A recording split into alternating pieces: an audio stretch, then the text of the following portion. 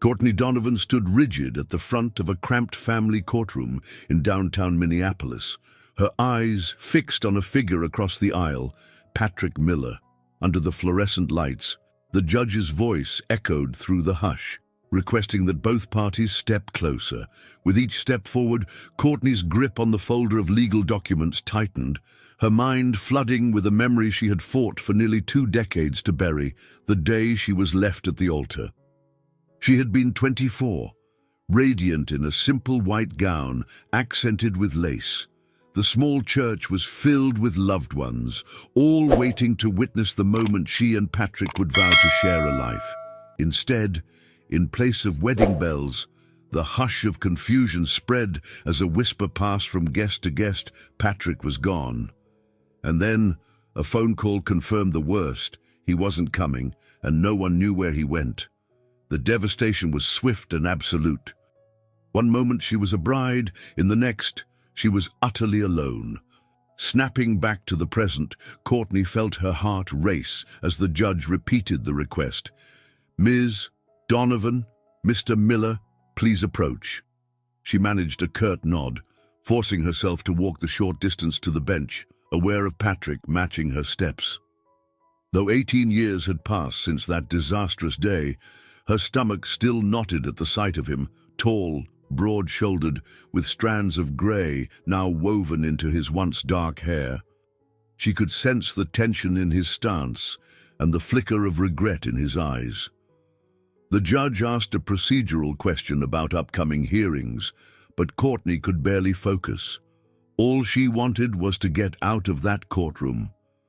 Hours later, back in the familiarity of her office at Precision Accounts, Courtney sat at her desk and exhaled, trying to chase away the lingering anxiety. Soft, late-afternoon light streamed through the wide windows, reflecting off neat stacks of client files. Everything in her life followed a carefully structured routine. Spreadsheets color-coded by priority, appointments fixed weeks in advance, even her lunch choices planned a month out. It was her way of keeping chaos at bay. Outside her office door, her efficient assistant and closest friend, Vivian Brooks, was speaking on the phone. Vivian, with her warm smile and empathetic nature, had been Courtney's ally since their college days. She had been by Courtney's side when the wedding was abruptly cancelled, and she had seen firsthand how the heartbreak hardened Courtney's resolve never to rely on anyone else. Behind Courtney's desk, a family photo was displayed in a simple frame. 4 bright-faced teenagers, each with a personality shining through. The twins, Carl and Noah, 17 years old, looked identical on the surface, both tall and lean, sharing the same ocean blue eyes and wavy brown hair, but they couldn't be more different in temperament. Leah and Emily, also 17, stood on either side of their brothers. Leah had her hair pulled back neatly, her dark locks framing coolly discerning blue eyes, while Emily wore a playful hint of color in her blonde hair, her expression open and curious. Their schedules were meticulously planned, just like every other aspect of Courtney's life. Carl and Noah had basketball practices, science club, volunteer shifts. Courtney tracked every hour. Leah's debate team commitments and Emily's art workshops were slotted in with the same care. In Courtney's world, predictability was key. She had lost trust in spontaneous emotions long ago. That evening, once she returned home to their orderly suburban house, Courtney found solace in routine. The entryway was spotless, shoes aligned by size. The living room boasted carefully arranged furniture, no clutter, no surprises. She could hear Emily's music from upstairs, a gentle strum of a guitar. Carl was likely at his desk doing homework, while Leah and Noah were comparing notes on their next school project. This was how she liked it, planned, peaceful, and firmly under control. Yet a single email threatened that fragile sense of equilibrium. As Courtney opened her inbox, she spotted the subject line, "Welcome to the Minneapolis Commercial Association, new members roster." Skimming through, she recognized several names from local businesses. Then she saw it. Patrick Miller, Miller and Associates. Her breath caught. In the same day, she had stood in court with the man who had once shattered her world, and now she was seeing him surface again in her professional sphere. Minneapolis was a sprawling city, yet it felt impossibly small in this moment. She clenched her jaw, rereading the message. The upcoming networking event listed next week seemed inevitable. For an instant, she closed her eyes. Flashes of the church, the wedding gown, the pitying looks from friends and family returned. Then, the memory of her positive pregnancy test and the steely determination that followed hardened her resolve. She had raised 4 children alone. She had built a career single-handedly. She would face Patrick if she had to, just like she had done in court today, and just as she had done in the past, alone and unafraid. But as she powered down her computer, a tremor of unease ran through her. 18 years had passed without an apology or explanation, and now he was here, back in Minneapolis. At the same time, she stood at the peak of her carefully managed life. Courtney inhaled slowly. For better or worse, the past she had long buried was awakening, and she wasn't sure she was ready for it. Yet readiness no longer mattered. The challenge had arrived, and there was no turning away. Early the next morning, Courtney slipped into her office before sunrise, determined to tackle her work and banish the unsettling thoughts of Patrick. She booted up her computer with brisk efficiency, reviewing a list of pending tax filings and payroll tasks for local clients. Numbers had always been her refuge, steady, predictable, and devoid of emotional surprises. Still, every now and then, her mind betrayed her, wandering back to the news of Patrick's arrival in the city. The email announcing his membership in the Minneapolis Commercial Association brought an uncomfortable stir of memories she wished would remain locked away. All through breakfast, she'd forced bright conversation with the kids, asking about upcoming exams and extracurriculars, as if everything was fine. But even they had noticed her slightly tense demeanor. "Court, you in there?" Vivian's familiar voice drifted through the door. She stepped inside, delicate silver bracelets jangling at her wrist, her gaze narrowing with concern. Vivian had known Courtney far too long for polite small talk. "You haven't touched your second cup of coffee yet," she noted, pointing to the untouched mug on Courtney's desk. "And that's not normal." Courtney let out a short sigh. "You saw the roster from the Commercial Association, right? Patrick Miller is joining." She paused, gripping the edge of her desk. "Viv, I've done everything I can to keep my life stable for the kids and for myself. Now he shows up out of nowhere." Vivian shut the office door gently. "He's not out of nowhere. It's his hometown. His father passed away. He might be taking over the firm. You knew it could happen." Her tone was gentle but firm. "Are you more upset that he's here, or that this might force you to revisit old wounds?" Courtney's jaw tightened. She recalled how Vivian was there that day at the church, sharing the humiliating aftermath when the guests filtered out, stunned into pitying silence. Vivian stayed at Courtney's side through the heartbreak, then through the early months of Courtney's pregnancy with the quads, offering comfort and reassurance. But no matter how much time had passed, the ache of betrayal still pulsed. "I've moved on," Courtney insisted, though her voice wavered. "I raised my kids alone and built a life. The last thing I need is him wandering into it." Later, during lunch, Courtney found herself thinking about the flashbacks that haunted her every quiet moment. A fleeting image of herself at 24, tossing sleeplessly on the couch in her tiny studio apartment, pregnant with quads, no one's hand to hold. She had endured the pitying stares at the grocery store, the hushed gossips. Poor girl was left at the altar, and now she's expecting 4. The memory made her stomach clench. When she returned home that evening, the air felt uneasy. She'd planned the usual family dinner, but found her energy faltering.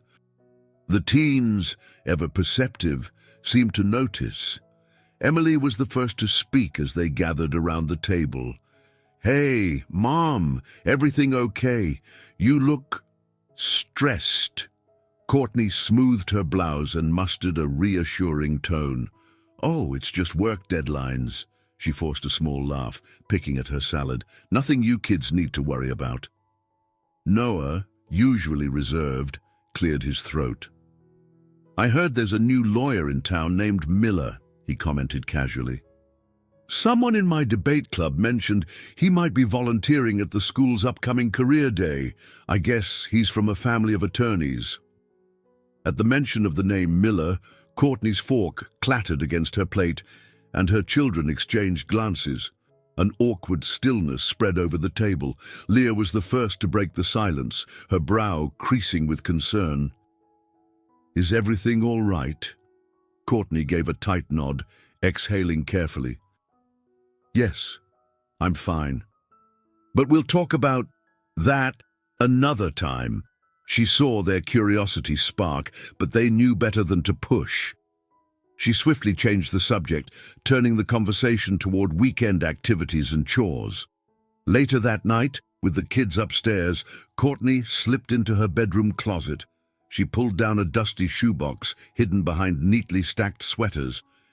Inside were fragments of the past she seldom allowed herself to view, letters she had never mailed, pictures from better days, and most painful of all, the faint pink lines on a torn pregnancy test she had taken 18 years ago.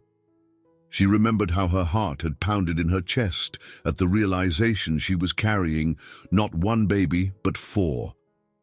Among the items was a single Polaroid of her and Patrick, taken months before the wedding. His arm draped around her shoulders, her face radiant with hope. An old wave of heartbreak resurfaced, but she closed her eyes and inhaled, mustering the steely will that had carried her through single motherhood. The phone buzzed with a message, another reminder from the Commercial Association about the upcoming meet and greet. She stared at Patrick's name in the list of new attendees. Her heart pounded. Regardless of how fiercely she tried to barricade herself from the past, it seemed determined to find her again. The question was whether she'd have the strength to keep her hard-earned equilibrium intact when it did. Patrick Miller leaned against the paneled walls of his late father's law office, gazing at the rows of diplomas and aging photographs. The old wood furniture smelled faintly of polish and dust, reminding him of afternoons spent here as a boy, watching his father, William Miller, juggle client meetings and phone calls with unwavering poise. Now the space was his to command, an unsettling inheritance he hadn't foreseen reclaiming so soon. He ran a hand through his hair, still adjusting to the streaks of gray that had multiplied in the past few years. He'd been in Chicago for nearly 2 decades, building a reputation in corporate litigation, intentionally putting distance between himself and the events he couldn't bear to face in Minneapolis. But William's passing had forced his hand. The firm, Miller and Associates, was in disarray after months of his father's illness. Patrick's sense of duty, complicated by guilt, brought him home. He closed his eyes briefly, remembering the day 18 years ago when he made the worst decision of his life. He had paced in that same office, tie undone, heart pounding, convinced he was not ready to be a husband or a father if Courtney's whispered suspicions about a possible pregnancy were true. The weight of his father's expectations had crushed him. Was he capable of upholding the Miller legacy, taking on a family, and being the man everyone needed him to be? That morning, he'd chosen flight over courage. A hesitant knock on the door made him jump slightly. Marcus Green, his 30-something assistant lawyer, pushed the door open with a stack of files in hand. "These are the clients that stuck with the firm during your father's illness," Marcus explained, placing the papers on a heavy mahogany table. "And here," He handed over another folder. "Is the list of networking events you asked for, including the Minneapolis Commercial Association meeting next week. There's a note about a meet and greet with local business owners." Patrick's expression flickered. "Right," he muttered. "I remember. I'll attend." He paused, drumming his fingers on the table. "One of those business owners will likely be Courtney Donovan," he said, his tone subdued. Marcus's eyebrows rose. "Donovan? That name sounds familiar." He rummaged through the list. "Yes, she's the owner of Precision Accounts. Seems well established. I'm guessing this is someone you know personally." For a moment, Patrick weighed how much to reveal. Marcus was capable and loyal, but Patrick was still grappling with his own turmoil. "We were engaged once," he finally admitted. "I ended it badly." "She's probably not thrilled to see my name on that roster." Marcus shifted uneasily, sensing the undercurrent of regret in Patrick's words. "Well, if you want to rebuild the firm's reputation, you'll need to attend these gatherings.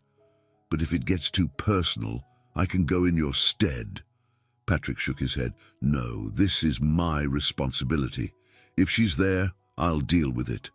He forced a confident smile, ignoring the knot twisting in his stomach.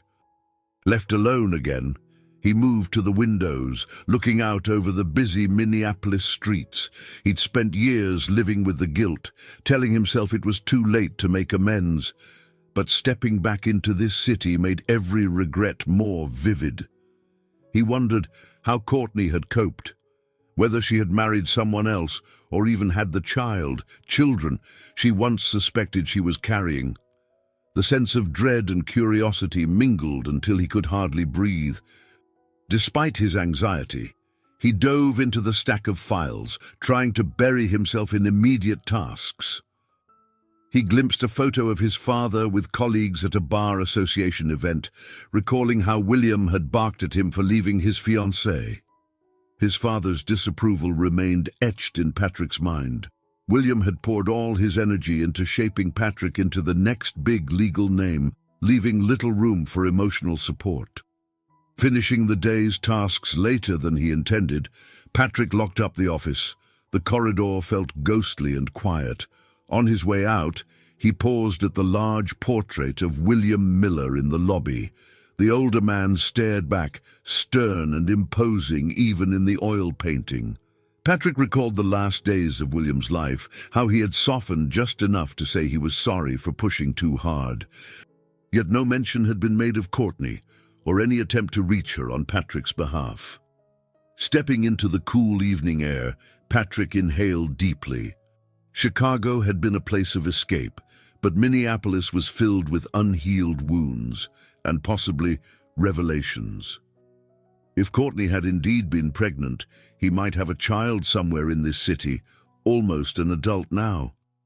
He chastised himself for not reaching out sooner, for allowing fear to dictate his choices.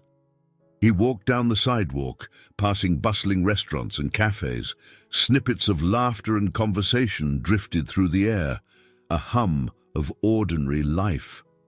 Somewhere in this same city, Courtney was living her own version of ordinary, minus the illusions she once harbored of him as a trustworthy partner. As he climbed into his car, Patrick's resolve crystallized. He had run away once before, but this time he would confront the truth, whatever it cost him. The grand ballroom of the Hotel Marquis was alive with the murmur of well-dressed professionals mingling beneath crystal chandeliers. Courtney arrived in a crisp grey blazer, her hair swept neatly behind her ears. She kept her posture stiff, scanning the crowd for potential clients, and for Patrick. Vivian accompanied her, both of them wearing name badges from Precision Accounts.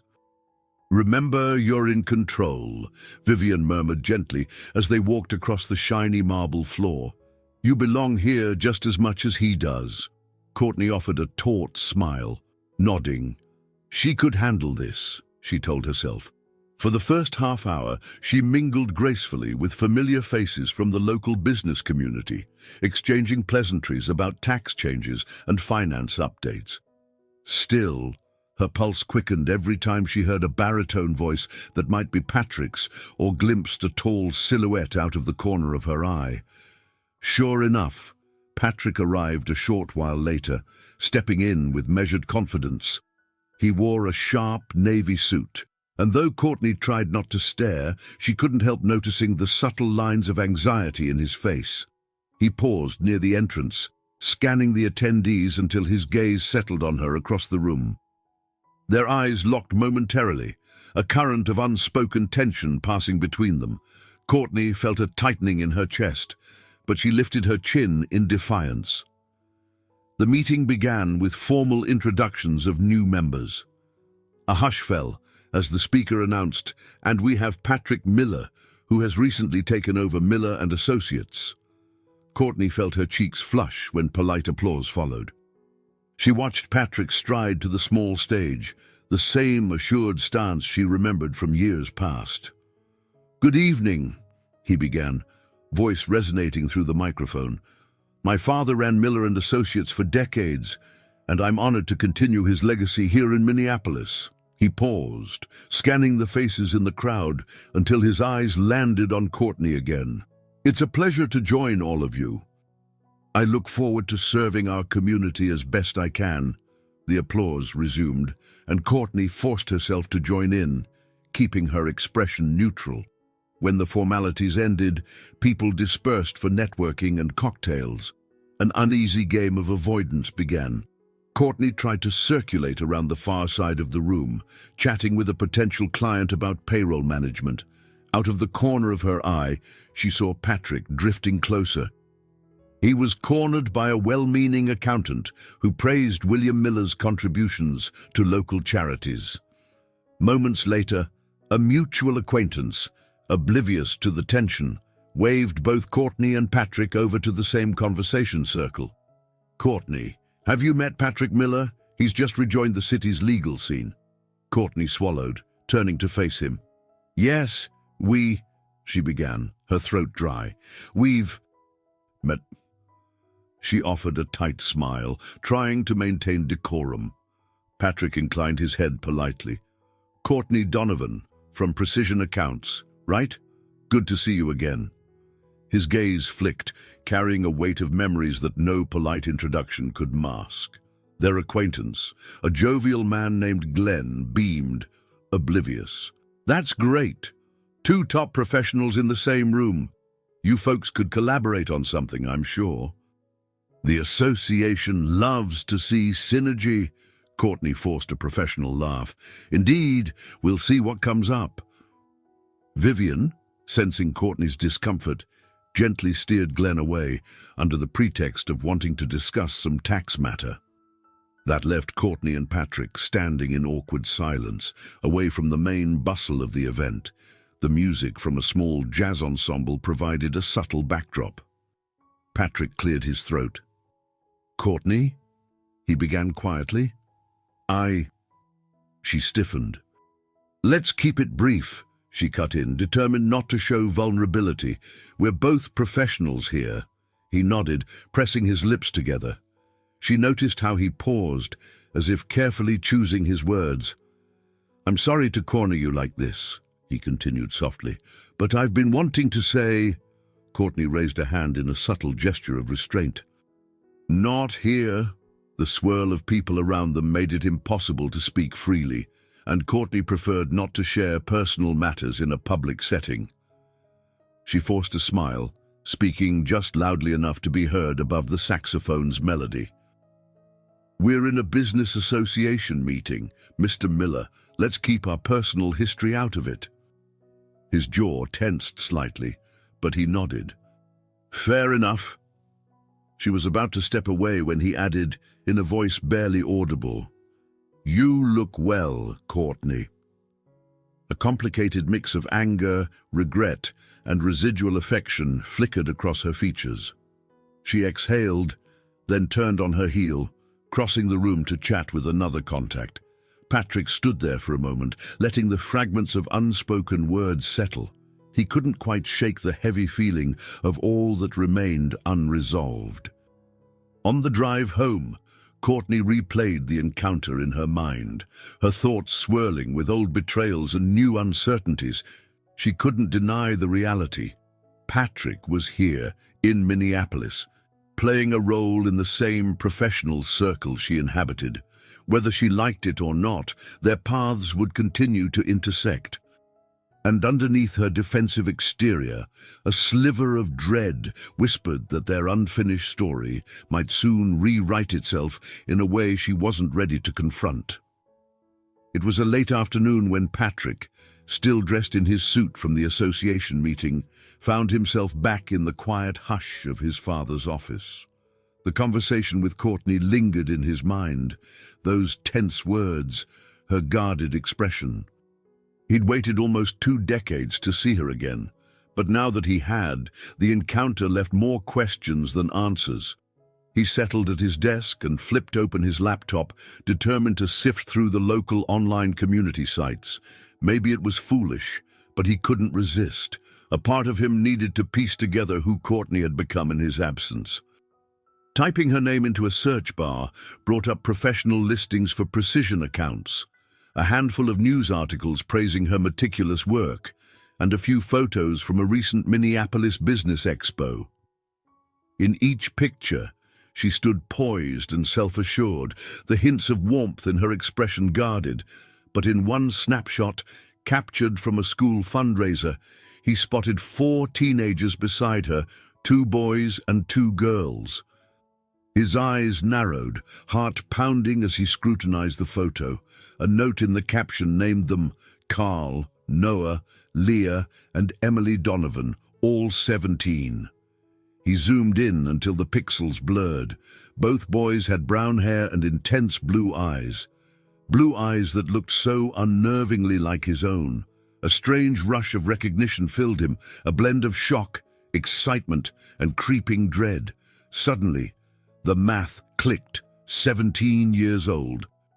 Courtney had been left at the altar 18 years ago, and now these kids had features he couldn't deny. No, he muttered under his breath, though he knew the truth was glaringly obvious. A swirl of conflicting emotions invaded him, anger that he had never been informed, guilt for having run away, and an odd surge of paternal protectiveness he had no idea how to express. He slammed the laptop shut, leaning back in his chair, breathing heavily. If these were his children, it meant he had lost almost 2 decades of their lives. He debated what to do next. Confront Courtney directly, demand an explanation. What right did he have after disappearing so abruptly? Yet what right did she have to keep them hidden? Thoughts of fatherhood had paralyzed him all those years ago. But now, the missed birthdays, the first steps never witnessed, the bedtime stories untold, stacked in his mind like a tower of regret. Darkness fell outside, and the overhead office light cast a stark glare on the neatly organized desk. After pacing the room restlessly, Patrick picked up his phone and dialed a number he knew from memory, the county records office. Though it was after hours, the automated system gave instructions on how to request birth certificates online. He scribbled notes, face set with grim determination. By morning, he'd have a formal request submitted. The next day brought the inevitable confirmation. The official record stated no father was listed for Carl, Noah, Leah, or Emily Donovan. Patrick's name was conspicuously absent on all 4 certificates. He felt the blow like a punch to the gut. Evidently, Courtney had never attempted to include him, never forced him to pay child support or even sign the birth documents. She had chosen total independence. Perhaps it was out of necessity, or perhaps out of anger, maybe both, but the result was the same. He was a stranger to his own children. After hours of agonized deliberation, Patrick decided to consult someone more knowledgeable about this kind of situation. He called an old law school friend, Elaine Carter, now a reputable judge in family court. He requested an informal meeting in her chambers. Elaine greeted him warmly, but her eyes were sharp with curiosity when he explained the paternity bombshell. "Patrick," she said, steepling her fingers, "you can't just show up one day and expect everything to be fine. You left her, remember? If you file for a paternity test or recognition of parental rights, you're talking about forcing a major legal confrontation." He sighed, running a hand through his hair. "I know, but they're my kids." "I can't walk away again," Elaine nodded. "Just be prepared. This is going to dredge up a lot of pain for Courtney and for the children. They might feel betrayed. They might even resent you. Legally, you have grounds to establish paternity, but emotionally, you're on shaky terrain." Her words weighed heavily, yet Patrick felt an odd sense of purpose forming. He'd made the mistake of fleeing from responsibility once. Now it seemed the only path left was to accept it, no matter how complicated it became. That evening, he sat alone in his apartment, the one he'd rented near the old Miller home. Staring at a photograph on his phone, those 4 teenagers standing beside Courtney, he fought back a surge of remorse. He whispered into the empty room, "I'm sorry, but apologies spoke to no one here." There was only the echo of his own voice, and the knowledge that once he set this legal process in motion, there would be no turning back. Still, if he had a chance to be part of their lives, however belatedly, he had to take it. He drafted an email to a local law firm that handled paternity cases, then hesitated before pressing send. The act felt monumental, a step into a future filled with uncertainty. He clicked the mouse. The message was gone, irretrievable. Patrick closed his laptop and sank into a chair, heart pounding with a curious blend of dread and hope. The moment he'd feared for years had arrived. A reckoning with the past, shaped by 4 young lives he had never met but already felt bound to protect. One way or another, he would uncover the truth and face Courtney with everything he had once tried so desperately to avoid. Late on a Sunday afternoon, Patrick guided his car along the winding streets leading to his mother's home on the outskirts of Minneapolis. Margaret Miller lived in a tidy, single-story house, trimmed with rose bushes. She still tended herself at age 68. The warm light through her living room windows beckoned him in, though he couldn't ignore the simmer of dread tightening his chest. He'd returned to Minneapolis only weeks ago, but the toll of guilt and unanswered questions had already begun to weigh heavily on him. Margaret opened the front door before he even had time to knock. She stood in a peach-colored cardigan, hair elegantly styled in silver waves, her expression a mix of warmth and disapproval. "Patrick," she greeted, embracing him briefly. "I'm glad you finally decided to come by." "It's been too long." Patrick stepped inside, inhaling the familiar scent of his mother's home, a subtle blend of lavender and the lemon furniture polish she used for years. His eyes swept across the hallway walls where old family photos hung, capturing fleeting moments of happier, simpler times. Margaret led him to the couch and poured them both tea. She studied her son's drawn face, sensing the turmoil beneath his measured calm. "William's passing has changed everything for you, hasn't it?" she asked softly. "More than I expected," Patrick admitted, looking away. The mention of his father stirred emotions he could hardly articulate. William Miller had been a man of unwavering standards, strong opinions, and overwhelming expectations. Even in death, his presence loomed over Patrick's decisions. Margaret sat beside him, laying a hand on his arm. "You know, before he passed, your father spoke about you often. He regretted many things, especially the pressure he put on you." She paused, letting the silence fill with significance. "He also worried there was more to your flight 18 years ago than just cold feet." Patrick swallowed hard. "Mom, I was terrified of disappointing him." of not living up to the Miller reputation. But mostly, I was afraid I wasn't ready to be a father, Margaret exhaled gently. He always suspected that your leaving Courtney wasn't the full story. I think deep down, he sensed she might have been pregnant. She looked searchingly at her son. Is it true? Patrick nodded, guilt twisting his features. She has 4 kids, 17 years old, and there's a chance. No, not a chance. I'm certain they're mine. Margaret's eyes flickered with heartbreak. Oh, Patrick, you may have lost years with them, but maybe there's time to make it right. He pulled a plain white envelope from his pocket, the edges worn from frequent handling. Dad never gave you this, did he? He asked quietly. Her brow furrowed as she slid her reading glasses on and examined the envelope. Inside was a letter Patrick had penned to Courtney nearly 2 decades ago. He'd written it a few weeks after he fled. A raw apology and an admission of regret. William mentioned a letter you wrote, she murmured, her voice trembling, but he never showed it to me. I guess he thought it was for the best, or he feared Courtney might try to... I don't know. Maybe he believed she wanted to trap me. I'll never fully understand why Dad did what he did. Patrick's voice cracked with frustration, but I can't stand by now. They're my children, and I've never been there. I came here to ask you, am I insane for pursuing this legally? For forcing Courtney and the kids into a confrontation, Margaret sighed, placing the letter gently on the coffee table. No, but it won't be easy. You did abandon her, son. And while I might have disapproved of how you handled things, you're my child. I understand your fears. She leaned back, speaking carefully. Courtney raised those kids alone.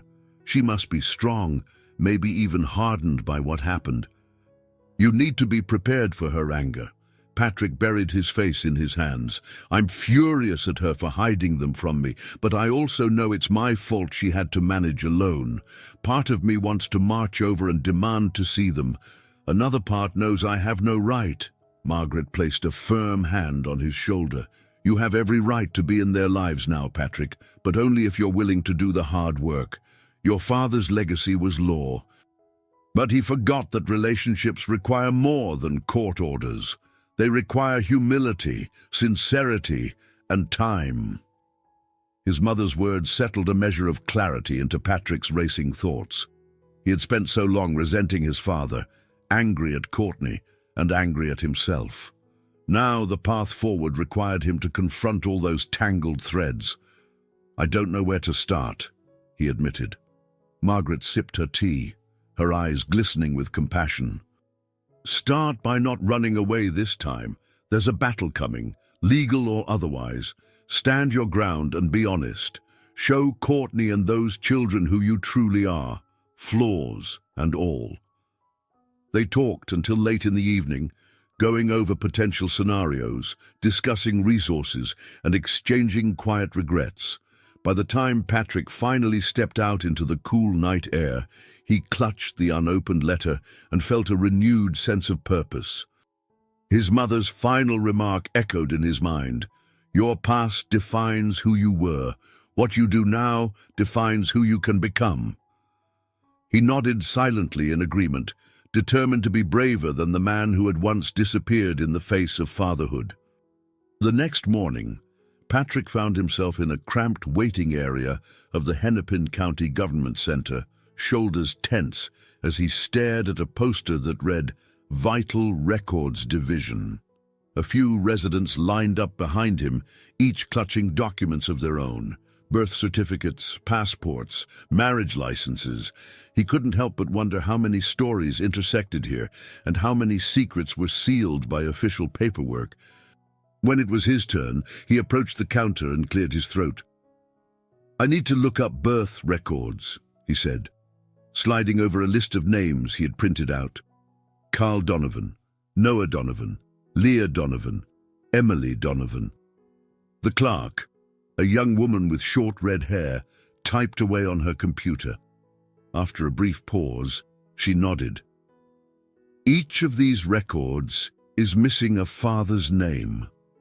If you're looking for more detailed information, you'll need to fill out these forms. She handed him a small packet, one for each child. Patrick's heart pounded as he took the papers.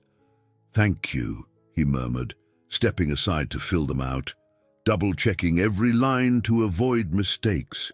He felt the weight of this moment. 18 years ago, he had fled from the possibility of fatherhood. Now, ironically, the reality was all he wanted to claim. Later, he walked out into the brisk Minneapolis air, the completed forms in hand. His phone vibrated, and he answered to hear the voice of an old law school friend, Judge Elaine Carter, calling to confirm their casual lunch meeting. "We can talk off the record," she reminded him. "But remember, if you decide to make this official, you're stepping onto a chessboard." That afternoon, Patrick met Elaine in a corner booth at a quiet diner. They exchanged pleasantries, old jokes from law school, updates on mutual acquaintances, until she set down her coffee cup, all seriousness. "So, you believe you're the father of these 4 teenagers, and you're ready to move forward?" He told her about the birth certificate findings, the timeline, and the faces that looked so much like his in the photos. As he spoke, Elaine's expression shifted from curiosity to concern. "Legally, you can file a petition to establish paternity," she said, "but it's more than just a signature on a form. If Courtney doesn't cooperate, this could become a contentious case. Are you prepared for that?" Patrick inhaled slowly. "I can't walk away again. Yes, I'm prepared to go through whatever it takes." Elaine nodded. "I respect that, but be careful. The court system is designed to protect children's interests. Right now, those kids have had their mother as the sole authority figure. Sudden changes can be traumatic for everyone involved." She paused, leaning forward. "And remember, you left Courtney. You can't erase that fact from anyone's mind, especially hers." His shoulders slumped. "I know, but she also hid them from me, Elaine. She didn't put my name on their birth certificates. She never tried to reach me. I have a right to be upset." Elaine offered a tight smile. "You do, but the court will look at the entire picture. If her reason for withholding your name was because you abandoned her, a judge might consider that she was protecting herself or the children from further instability." He ran a hand through his hair, frustration evident. "Then I'll make a case for my sincerity now. I have a solid career, a home. I'm ready to be a father." "It's not that simple," she warned. "But I can introduce you informally to one of my colleagues, a fair judge who specializes in complex custody and paternity cases. Heather Montgomery. She's meticulous and tough, but she values genuine attempts at resolution." By the time Patrick left the diner, he felt more resolute and more aware of the mountain he had to climb. That evening, he returned to Miller & Associates, the law firm now under his reluctant leadership. He carefully typed up a formal petition to establish paternity and custody rights, referencing the Minnesota statutes that protected paternal rights. His mind buzzed with conflicting emotions, anger, sorrow, and a flicker of hope. The next day, he contacted a process server to handle the paperwork. With a sense of finality, Patrick handed over the sealed documents. "Deliver these to Courtney Donovan," he said, voice tense. "Make sure she signs for it personally." The server nodded and left. Patrick stayed behind in his office, staring at the empty reception chair once occupied by his father's longtime secretary. He braced himself for the tempest that was about to hit both his life and Courtney's. "This time," he thought, "I won't run. I'll face the consequences." He whispered those words into the silent room, unsure if they were a reassurance or a plea. Either way, the die was cast. He had initiated a legal process that couldn't be undone with a simple apology. There would be no turning back now. Courtney was halfway through reviewing a large client's tax returns when the knock on her office door startled her. She glanced at the clock. 10 minutes until noon. Vivian had stepped out for lunch, and the rhythmic hum of the printer was the only sound besides her own heartbeat.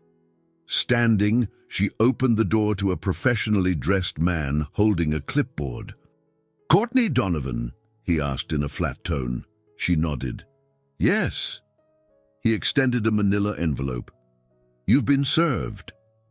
With that curt statement, he offered a brief nod and left, the echo of his footsteps fading down the hallway. A chill spread through Courtney's limbs as she turned the envelope over, reading the printed label from Miller and Associates. The name alone sent her heart into overdrive. She swallowed, shutting the door before sinking into the chair. Her hands trembled as she slid a finger under the seal. Inside were official-looking documents bearing the bold heading, "Petition to establish paternity and custody rights. Patrick Miller, petitioner." For a moment, her vision blurred. Her thoughts whirled, returning to memories of that day, standing in a wedding gown, phone in hand, face flushed with the sting of betrayal, the empty altar, the questions that never had answers.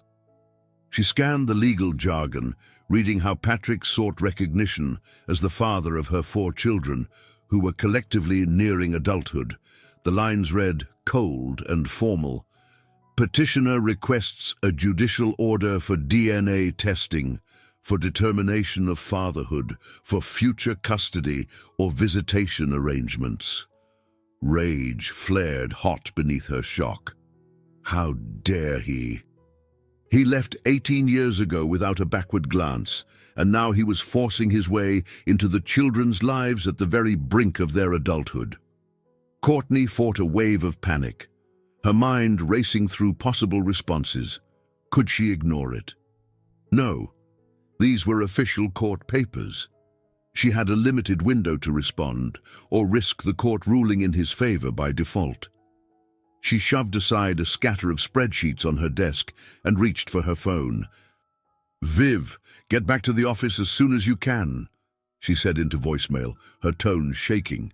Then, with trembling fingers, she dialed Diana Wells, the attorney who had guided her through smaller civil matters in the past. Diana's firm, located a few blocks away, specialized in family law. Within the hour, Courtney was seated in Diana's office, the petitions spread out between them on a polished wooden table. Diana, a poised woman in her early 50s, scanned the pages, her brow creasing. "So he's claiming he had no knowledge of the children, wants DNA testing to confirm paternity, and is seeking some form of custody." Courtney nodded, swallowing back the tightness in her throat.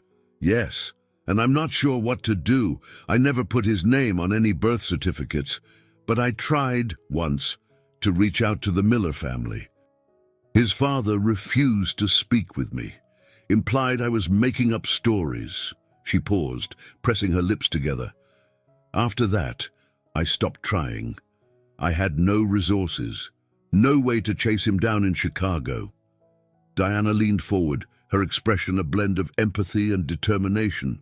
"Courtney, Minnesota law recognizes that both parents have responsibilities and rights toward their children. However, you've been the sole caregiver for 17 years. That counts for a lot. The court won't ignore his long absence. But what if they rule that he gets visitation? The kids are almost adults, but he could still disrupt everything. They're about to apply to colleges. We have a routine. My biggest fear is that he'll undermine the stability we've built." Courtney's eyes shone with a fierce protectiveness. She wasn't sure whether she was more afraid of Patrick's legal challenge or of the possibility that her children might want to know him. Diana inhaled slowly. Legally, the court often looks at the best interest of the children. If Patrick truly wants a relationship, it could be beneficial in some ways. But if you want to contest this, we can argue that his reappearance is too little, too late. We'll emphasize the emotional impact of his abandonment. Courtney felt her pulse throb. "Whatever it takes," she said in a low voice. "He can't just drop into their lives after being a ghost for almost 2 decades. I won't stand by and watch him hurt them." Diana nodded. "We'll respond to his petition. It's important we don't refuse the paternity test if the court orders it. That won't help, but we can certainly make a case for limited or supervised visitation, at least initially." She paused, scanning Courtney's face. "Have you told the kids?" Courtney's stomach twisted. "Not yet. I wanted to get some legal advice first. They've never asked about their father, at least not directly. They've always assumed the question was off limits." Diana exhaled, understanding the complexity. "It's going to be a shock for them. They may have questions, or they may have anger. You need to prepare yourself." By the time Courtney left Diana's office, her tears had turned to steel resolve. She gripped the envelope containing her copy of the petition, the legal lines feeling like an anvil dragging her down. As she headed back to her own office, she vowed not to let Patrick's sudden re-entry unravel the life she had carefully built. Yet an undercurrent of fear rippled within her. Fear that the children might resent her for not revealing the truth sooner. Fear of losing the structure she'd guarded so faithfully, and fear of facing the man who once shattered her world and was determined to be part of it again. Courtney's front door closed behind her with a dull thud, echoing in the otherwise quiet foyer. Evening darkness enveloped the suburban neighborhood, the porch light illuminating scattered autumn leaves on the driveway. Normally, she would have launched into her structured routine, reviewing the kids' homework logs, checking the mail, tidying up the living room. But tonight, her mind was elsewhere, consumed by the lines of Patrick's petition. She shrugged off her coat, hearing distant chatter and movement upstairs. Leah was likely in her bedroom reading or organizing tomorrow's study schedule, while Carl and Noah could be in the shared office corner they called the boys' zone. Emily might be lost in her art in the garage-turned-studio space. Courtney savored these predictable patterns, but tonight they felt fragile. She was about to call them all downstairs when Leah appeared at the top of the stairs, eyebrows drawn. "Mom, you're late. We were about to order takeout, but we weren't sure if you'd already eaten." Her steady, analytical gaze took in Courtney's strained expression. "Is everything okay?" Courtney managed a faint smile, her stomach twisting. She had told Diana she would wait for the official hearing before revealing too much, but her children weren't oblivious. Leah, in particular, had a knack for picking up subtle shifts in Courtney's mood. "I'm fine, just a long day," she said, forcing a casual tone. "Why don't we all get settled, and I'll talk to everyone together?" Minutes later, the 4 teenagers assembled around the kitchen island, each one slipping into their own persona. Carl in a sports sweatshirt, arms folded defensively, Noah with a notebook in hand, scribbling lines of a physics equation, Leah, leaning with an air of watchful concern, and Emily, whose eyes flitted anxiously between her siblings and their mother. Courtney inhaled, searching for words. "There's something I need to tell you. It's about your father." Her voice faltered on the last word, a term she had never uttered in front of them. A stunned silence followed. Emily blinked. "Our father? What about him?" Her tone was both curious and apprehensive. Courtney's gaze dropped to the countertop. "He's back in Minneapolis. He's filed some legal documents asking for a paternity test and possibly rights to see you." She swallowed hard, scanning their faces. Noah, the quiet intellectual, looked up from his notes. Confusion mingled with a flash of excitement.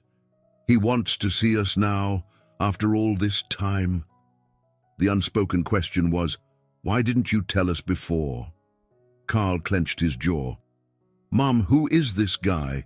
I mean, we never even knew his name." "You always said it was a dead subject." Leah set her phone down, eyes narrowing. "Patrick Miller, right?" she guessed. Courtney nodded slowly. and Leah's brow furrowed further. "I heard something at school about a new lawyer named Miller. People talked about him volunteering to help with a mock trial. That's him." Courtney nodded again. "It's complicated. He left before. I told him about you, but we never actually talked after that. I tried contacting his family once, but they shut me down." Her throat felt tight. "I didn't want you to grow up feeling rejected, so I never mentioned him." Emily took a tentative step toward her mother. "But he wants a DNA test, right? So that means—" "Yes, it means he's trying to prove legally that he's your father," Courtney answered. "He's also requesting visitation or custody. It's all in the court documents." Carl's face flushed. "After 18 years of zero contact, now he wants to play dad." The bitterness in his voice was unmistakable. "That's ridiculous." Leah glanced at Noah, who looked uneasy. "Do we have to meet him?" Leah asked. "Or do we get a say in this?" Courtney placed a hand on the counter to steady herself. "Legally, you're still minors. The court could order a process. But yes, your opinions matter a lot at your age. A judge will consider your wishes. My attorney wants to handle this carefully." A tense hush fell over the family. Emily broke it in a trembling voice. "So, when do we see him?" "I don't know yet," Courtney admitted, the weight of uncertainty pressing down on her. "We have to wait for the court's schedule. A hearing will be set to decide the next steps." Sensing the swirl of emotions, Courtney stepped around the island, pulling Emily into a hug. Leah and Noah exchanged glances, while Carl stood rigid, arms still folded. He looked away, refusing any show of vulnerability.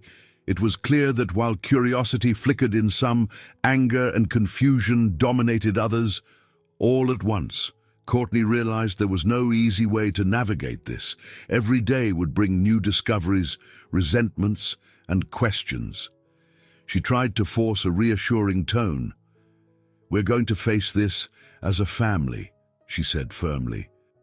"I won't let him hurt you." But as she spoke, a niggling doubt crept in. Perhaps it wasn't Patrick's presence that could hurt them most. Perhaps it was the secrets she'd kept, and the possibility that her children might resent her more than the father they had never known.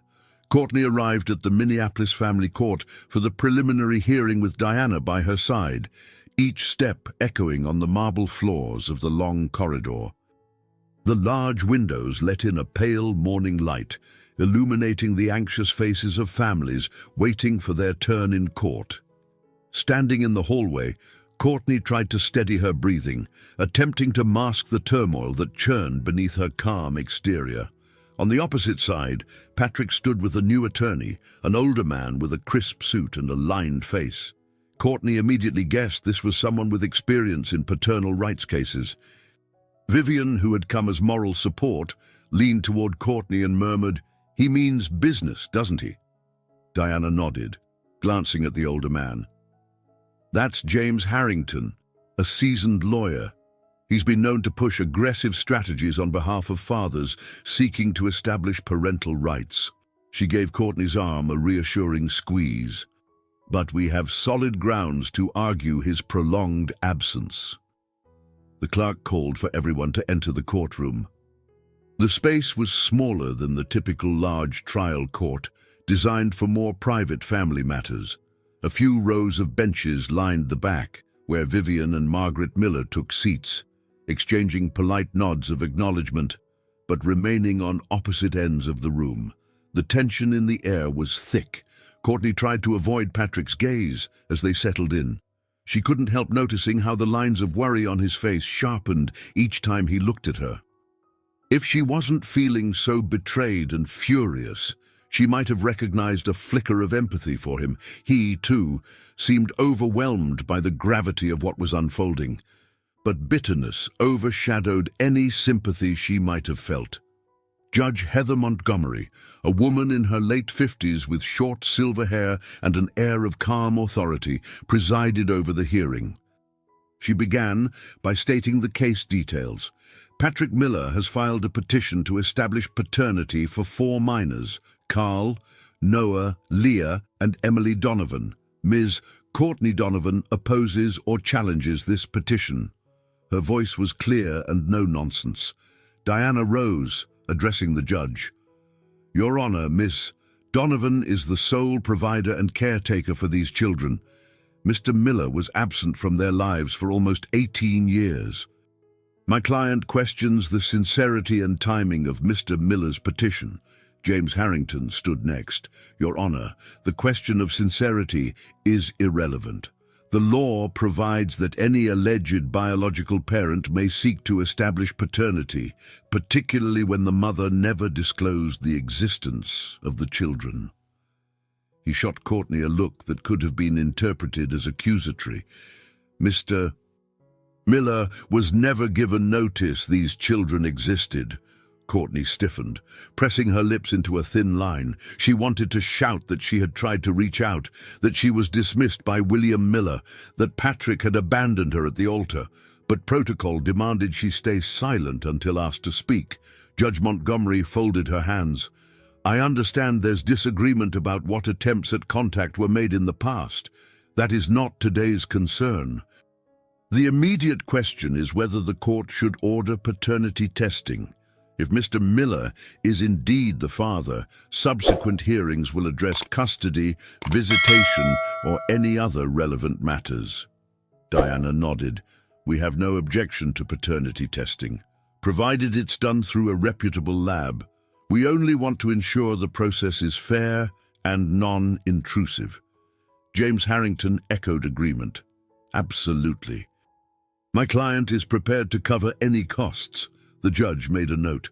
Then I'll order the test. Both parties should coordinate with the court-appointed lab. Once results are confirmed, we'll schedule further proceedings. She glanced at Courtney and Patrick, her gaze stern. I also expect both parties to remember these are 4 teenagers who stand at the brink of adulthood. Their well-being is paramount. If the DNA test confirms Mr. Miller's paternity, we will proceed with discussions about how best to integrate him, or not, into their lives. With a sharp rap of her gavel, the session ended. The murmur of conversation and rustling of papers filled the small courtroom. Courtney exhaled, feeling as if she'd been holding her breath the entire time. It wasn't the outcome she feared most. There was no immediate order for visitation or custody. But it was the first undeniable step toward Patrick forging a place in their family's future. As the parties drifted into the hallway, Vivian made small talk with Margaret, who seemed both relieved and regretful. Patrick stepped toward Courtney, an apologetic expression crossing his face. For a moment, the swirl of tension muted around them. I never wanted it to be this way, he said quietly. I'm sorry. Courtney's shoulders tightened, and she replied in a low voice, You had a choice 18 years ago. Then she pivoted, walking away with Diana at her side, leaving Patrick staring after her. The older lawyer touched Patrick's arm as if to offer support, but Patrick's attention remained fixed on Courtney's retreating figure. Outside, a crisp breeze stung her cheeks. She drew in a deep breath, steeling herself for the next battle. They had only completed the first skirmish in what promised to be a tumultuous war, one that threatened to tear apart the tight-knit family she had built from scratch. 2 weeks later, Courtney braced herself against the chill as she guided Carl, Noah, Leah, and Emily into the sterile environment of the court-appointed testing facility. The building was a nondescript medical office on the outskirts of Minneapolis. A swirl of mixed emotions roiled within Courtney: anger, anxiety, and an odd sense of inevitability. She felt particularly uneasy about this meeting because Patrick would be there, though the lab staff promised to keep the interactions minimal. Inside, the fluorescent lights buzzed softly. A receptionist greeted them, directing the 5 of them to a waiting room lined with plastic chairs. Posters about genetic testing and health screenings decorated the walls. The air smelled of disinfectant. Carl stiffly took a seat far from Emily, arms crossed over his chest. Noah hovered near Leah, both wearing guarded expressions. Emily sat next to Courtney, chewing on the edge of her thumb. Courtney placed a comforting hand on Emily's shoulder, even as her own nerves threatened to unravel. Moments later, Patrick entered with his lawyer, James Harrington, in tow. Patrick's eyes skimmed the room until they landed on Courtney and the kids. Courtney felt her pulse spike. She noticed the subtle tension in his jaw, the slight slump of his shoulders. He looked hesitant, as though uncertain whether to approach. Instead, he offered a slight nod of acknowledgement before signing in at the front desk.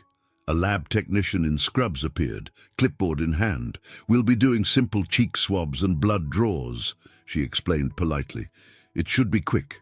Each of you will come in one at a time. We'll start with the father, then the mother, then each child. The process is straightforward, nothing to be worried about." Leah raised an eyebrow at the word father, and Courtney caught the flash of annoyance that crossed her daughter's face. It reminded Courtney that, for the teens, this entire situation was a forced disruption to the life they'd known. Patrick looked over briefly, a flicker of regret in his eyes, but he said nothing. When the technician called Patrick's name, he stepped into the next room. Leah looked after him, an expression of confusion. Noah cleared his throat and stared at his sneakers. Carl scowled, silent as ever. Emily leaned against Courtney, though she seemed more curious than frightened, as if part of her wanted to see if these results might bring answers. Within a few minutes, Patrick emerged, gently rubbing the inside of his elbow. Courtney was next. She followed the technician into a small, sterile exam room. Everything about the space felt impersonal. The technician took a vial of blood and a cheek swab, labeling them carefully before handing Courtney a form. Courtney read the official statement.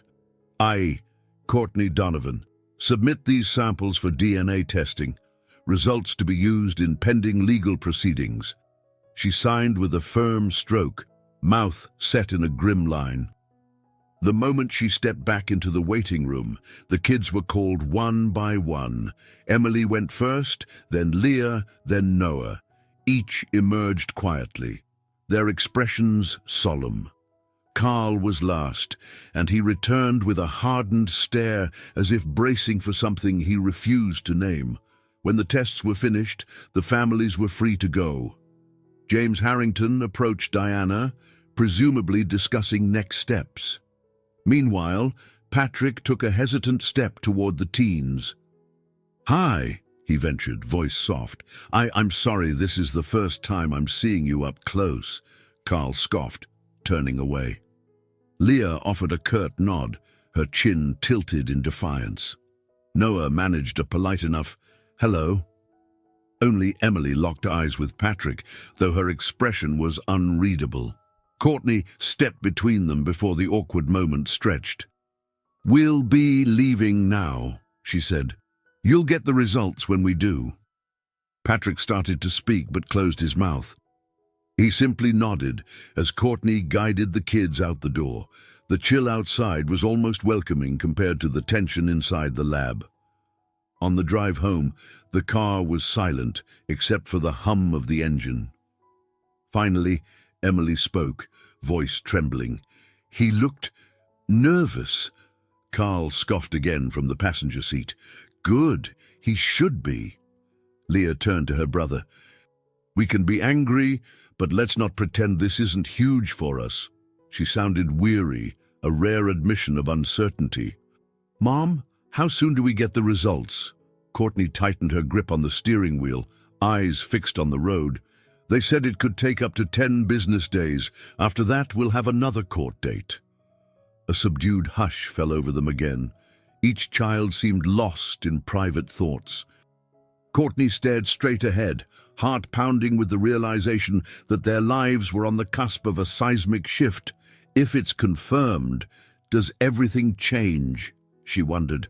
They all knew what the test would say, but the official confirmation would strip away any last veneer of doubt. Sure enough, just over a week later, an envelope arrived from the lab to the court, which forwarded copies to both lawyers. Diana telephoned Courtney. The result plain, a match in every sense. Patrick was conclusively the biological father. The next day, at the courthouse corridor, Courtney clutched the official printout. She glanced up to see Patrick holding the same document, his expression a tangle of relief and sorrow. When their eyes met, he murmured, "I'm sorry for everything." Courtney's throat constricted. "You've missed so much." The magnitude of it all almost broke through her composure. He nodded. "I know." Before either could say more, the bailiff called them inside. The weight of the DNA results hung between them. No longer a question, but a fact that would shape every hearing from now on. Courtney inhaled, bracing herself for what lay ahead, a contested custody battle, or a complicated process of letting a father reclaim what he had once thrown away. And as she walked into the courtroom, she felt the tension building, uncertain how long it would be before they found any semblance of peace in this storm they'd both created. The echo of the courtroom still lingered in everyone's ears as Courtney, Patrick, and their lawyers stepped out onto the wide stone steps outside Hennepin County Family Court. The DNA results had been confirmed. Patrick was undisputedly the biological father of Carl, Duo, Noah, Leah, and Emily. Although this outcome felt inevitable, the official acknowledgement caused a deep ripple across both their lives. Later that week, Judge Heather Montgomery summoned them back for a brief session where she delivered her initial directive, a supervised visitation for Patrick to meet the teenagers in a neutral location. Courtney could feel her pulse hammering as she listened to the details. Their family, which had operated under the single authority of Courtney's meticulous structure, would now have to accommodate the presence of a father no one truly knew. That first meeting was scheduled at the office of Amelia Reyes, the court-appointed social worker tasked with overseeing the reunification process. The building itself was a modest, brick structure near downtown Minneapolis, with a small plaque that read, "Hennepin Family Support Services." Inside, the reception area was quiet, save for a fish tank humming near the waiting chairs. On the day of the visit, Courtney arrived with the kids in 2 cars. She drove Carl and Noah, while Leah and Emily followed in Leah's sedan. The air felt charged with discomfort. Amelia greeted them with a bright smile. She was in her late 30s, wearing a neatly pressed blouse and carrying a clipboard tucked beneath her arm. A ring of keys jingled at her waist, hinting at the many doors she opened and closed in the course of her work. "We'll be heading into the family therapy room," she explained calmly. "It's designed to feel welcoming. There's a sofa, chairs, and a table if anyone wants to draw or write." Everyone filed inside the designated room, and almost immediately they caught sight of Patrick standing at the far end by a wide window, hands clasped behind his back. He turned at the sound of the door, the tension in his face mirrored by the teens who hesitated in the doorway. Courtney hovered protectively near Emily, her heart lurching. She fought an impulse to shield the kids, though they were nearly adults. Their shifting postures spoke volumes. Carl, broad-shouldered and stiff, looked ready to walk out at the first sign of trouble. Noah, slight but intense, was observing Patrick with reserved curiosity. Leah wore a guarded expression that revealed little, and Emily, who had the habit of translating her emotions into art, seemed overwhelmed, clutching her sketchpad tight to her side. "Welcome," Amelia began, her tone warm as she shut the door behind them. "We'll keep this first session fairly brief. Think of this as a chance to introduce yourselves and share initial thoughts, if you'd like." Patrick's eyes roamed over each teen's face, clearly searching for glimmers of familiarity. He spoke first, voice trembling with a mix of anxiety and hope. "Hi, I'm Patrick. I'm sure you all have a lot of questions. I'm not here to force anything. I just want the chance to know you." Carl crossed his arms more tightly. "It's been 17 years. Feels a little late for introductions, doesn't it?" Amelia gently intervened. "Carl, it's okay to express what you feel, but let's also allow your siblings to respond." She offered a small smile. "No one is here to judge. We just want open dialogue." Emily lowered her eyes. "I wanted to see if you actually looked like us," she admitted softly. She dared a glance at Patrick. "Your eyes are really similar to mine and Noah's," she noted, then flicked her gaze to Carl. "And his." Leah cleared her throat. "I have questions about what this means going forward," she said, her tone precise. "Are you intending to share in our daily life now, or is this just some legal formality to check a box?" Patrick leaned forward, his voice steadying. "I want to be involved, but I understand it can't happen overnight. I'm prepared to follow the court's guidance, work with Mrs. Reyes, whatever it takes." Noah, who had stayed silent, finally spoke. "What do you do all day? I mean, you're a lawyer, like a corporate lawyer, or criminal lawyer, or—" He paused, letting the question hang. Amelia seized the moment. "That's an excellent way to start. Patrick, why don't you share a bit about your work, your life, so they can understand who you are now?" Over the next 20 minutes, Patrick spoke haltingly about taking over Miller and Associates after his father's passing. He described his apartment near Lake of the Isles, how he sometimes jogged by the water early in the mornings. In return, Noah and Emily offered tidbits about their own interests. Noah's fascination with engineering competitions, Emily's involvement in art club. Leah remained mostly reserved, dissecting every answer Patrick gave, while Carl's silence hovered like a storm cloud. Courtney observed it all, tight-lipped, arms folded protectively. She answered when Amelia gently asked about the kids' schedules or activities, but otherwise she let the teens take the lead. This was their encounter, after all. She refused to manage or shield them more than necessary. By the time the session ended, the atmosphere felt like a tenuous ceasefire. No one embraced, no laughter filled the room. Yet there were no outright explosions of anger either, a small accomplishment, Amelia noted. She escorted them back into the lobby, where they scheduled another supervised meeting for the following week. As Courtney ushered the teens outside, Patrick lingered momentarily in the doorway, watching them depart.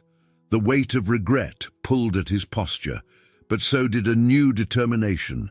The barriers around his children were formidable, yet not insurmountable.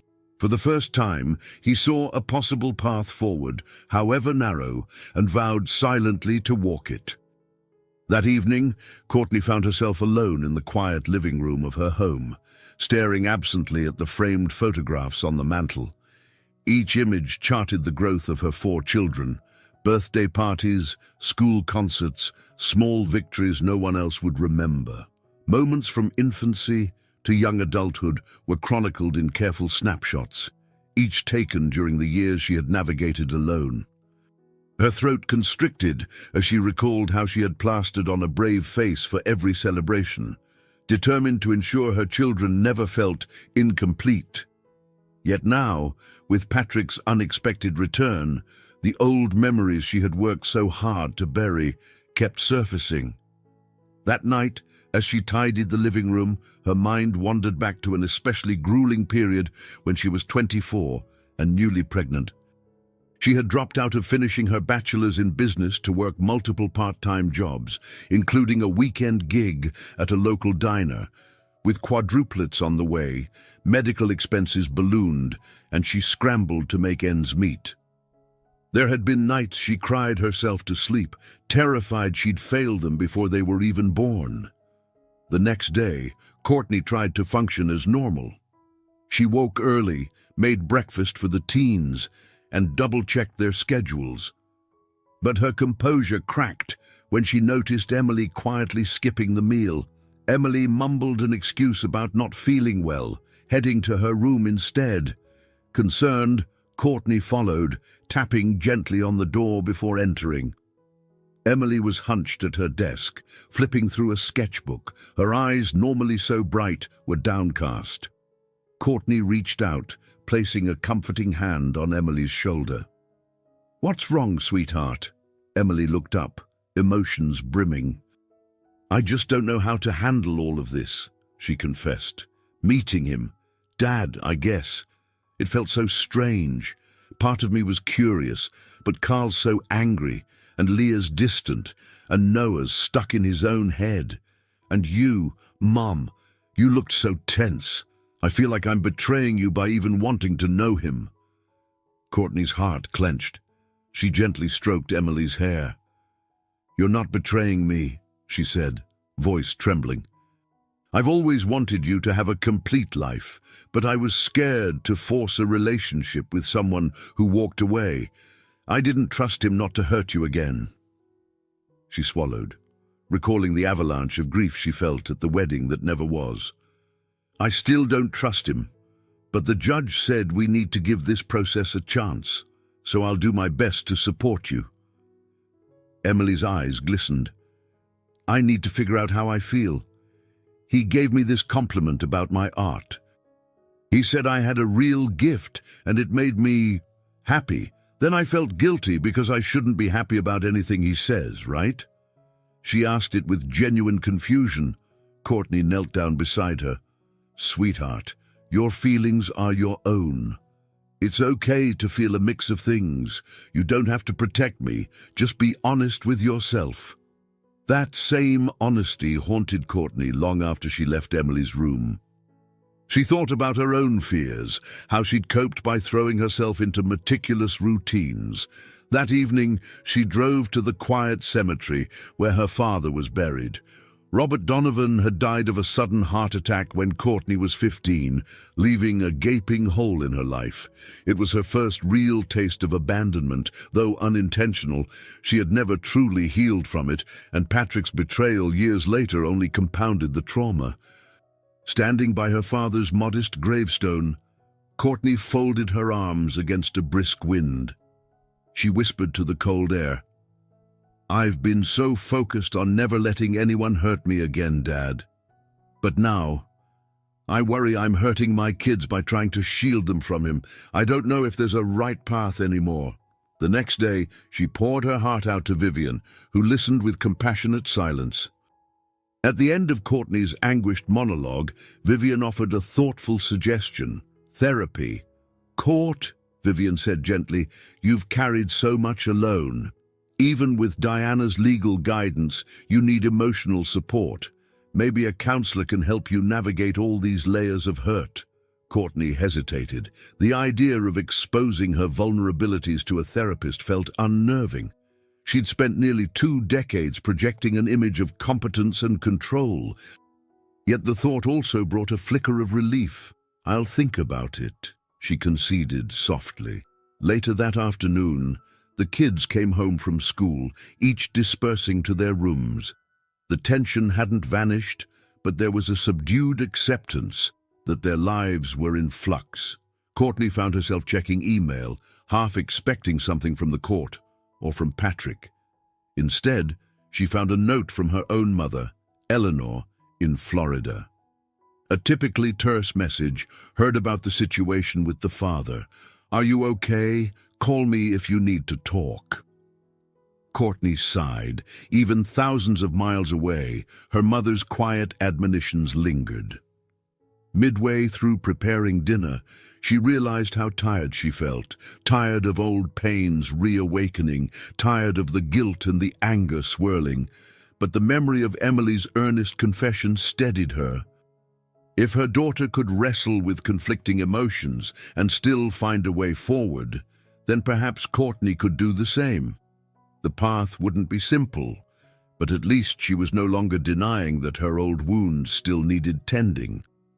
From the outside, the Minneapolis family court building looked almost serene, its pale stone facade reflecting a crisp autumn sun. but inside the courtroom, tensions threatened to boil over. After the initial supervised visit, the case had advanced to determine what sort of custody arrangement or visitation schedule should be put in place. Now, Courtney and Patrick faced each other once again, flanked by their respective lawyers. James Harrington, Patrick's counsel, was the first to address the judge. "Your Honor, my client seeks more time with his children, unsupervised visits, leading to a regular schedule. He's proven he's both able and willing to be a father. The children are almost adults.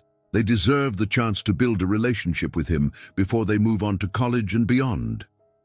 On Courtney's side, Diana Wells stood, voice steady. "Your Honor, Mr. Miller may claim readiness, but we can't ignore the psychological impact of introducing him so abruptly. Ms. Donovan has spent 17 years as the sole caregiver, and the children, though curious, are wary. We request a gradual approach, starting with continued supervised sessions. We also want the involvement of an experienced counselor." Judge Montgomery, seated at her elevated bench, surveyed the room with a contemplative gaze. "I've read the social worker's preliminary report. While there is progress, there's also significant resistance from at least one of the teenagers. Ms. Reyes recommends cautious steps." She turned to Amelia, who was present for testimony. "Ms. Reyes, please share your observations." Amelia rose, smoothing her skirt. "Yes, Your Honor, Patrick Miller has demonstrated genuine effort. However, the emotional stakes are high, especially for Carl, who appears to harbor strong resentment. Leah is analytical but distant, while Noah is curious yet uncertain. Emily shows the most openness, but she's also quite sensitive. I recommend a structured approach. Visits in neutral environments, possibly including one-on-one activities that match each teen's interests. Supervision could be scaled back over time, not abruptly." As Amelia finished, the tension in the room eased a fraction. Judge Montgomery nodded, drumming her fingers on the desk. "Thank you. Based on these recommendations, the court orders a structured visitation plan. We'll start with one supervised group session per week, plus the option for Patrick to have brief, separate meetings, still supervised, tailored to each child's comfort level." Courtney exhaled, relief mingling with apprehension. This was better than handing the children over entirely without oversight. Patrick, on the other side, looked disappointed, yet resigned. With the judge's bang of the gavel, the hearing ended. Another battle concluded, though the larger war raged on. As the corridor emptied, the teens who had been excused from the main hearing joined Courtney by the vending machines, each wearing a mix of expressions. Carl looked sullen, arms thrust into his hoodie pockets. Leah fiddled with her phone, ignoring the glances from passers-by. Emily stuck close to Noah, who was absently tapping a foot against the tile floor. A few steps away, Patrick lingered, waiting for a chance to address them directly. James Harrington said something in a low voice, and Patrick nodded before stepping toward his children. Courtney watched, debating if she should intervene, but decided to let the kids handle the conversation. This was their father, after all. "Hey," Patrick said softly, looking around at the four of them. "I know this is a lot. I just want you to know I'm trying." Carl's lips tightened. "Yeah, well, maybe you should have tried 17 years ago." Before Patrick could respond, Emily broke in. "Carl, we all know it's complicated," she said, voice trembling with a frustration that was equal parts anger and sadness. "This isn't easy on any of us." Leah gave a small shrug, her gaze drifting to Patrick. "We'll be at the next supervised thing, I guess." Her words sounded more like a polite obligation than an invitation.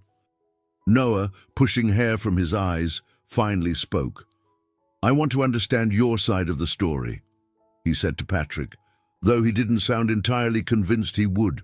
Maybe someday, we can talk about it. Patrick nodded, relief flickering in his eyes. Whenever you're ready. He glanced at Courtney, a silent question evident in his expression. Is there any chance we can find common ground? She looked away, focusing on Emily, who was blinking back tears. The entire exchange lasted barely a minute, and yet it seemed to weigh heavily on everyone involved. By the time Courtney ushered the kids out of the courthouse, the emotional exhaustion was palpable. In the car ride home, Carl seethed in silence while Leah scrolled through her phone. Emily stared out the window, her sketchbook unopened on her lap. Noah tapped away on a small calculator, perhaps trying to quell his nerves with logic. As Courtney pulled into their driveway, she felt as though she'd run a marathon. There would be more hearings, more decisions, more emotional upheaval. She carried the heaviness of old betrayals and newly exposed wounds, reflecting on how complicated things had become. This was more than just a legal ordeal.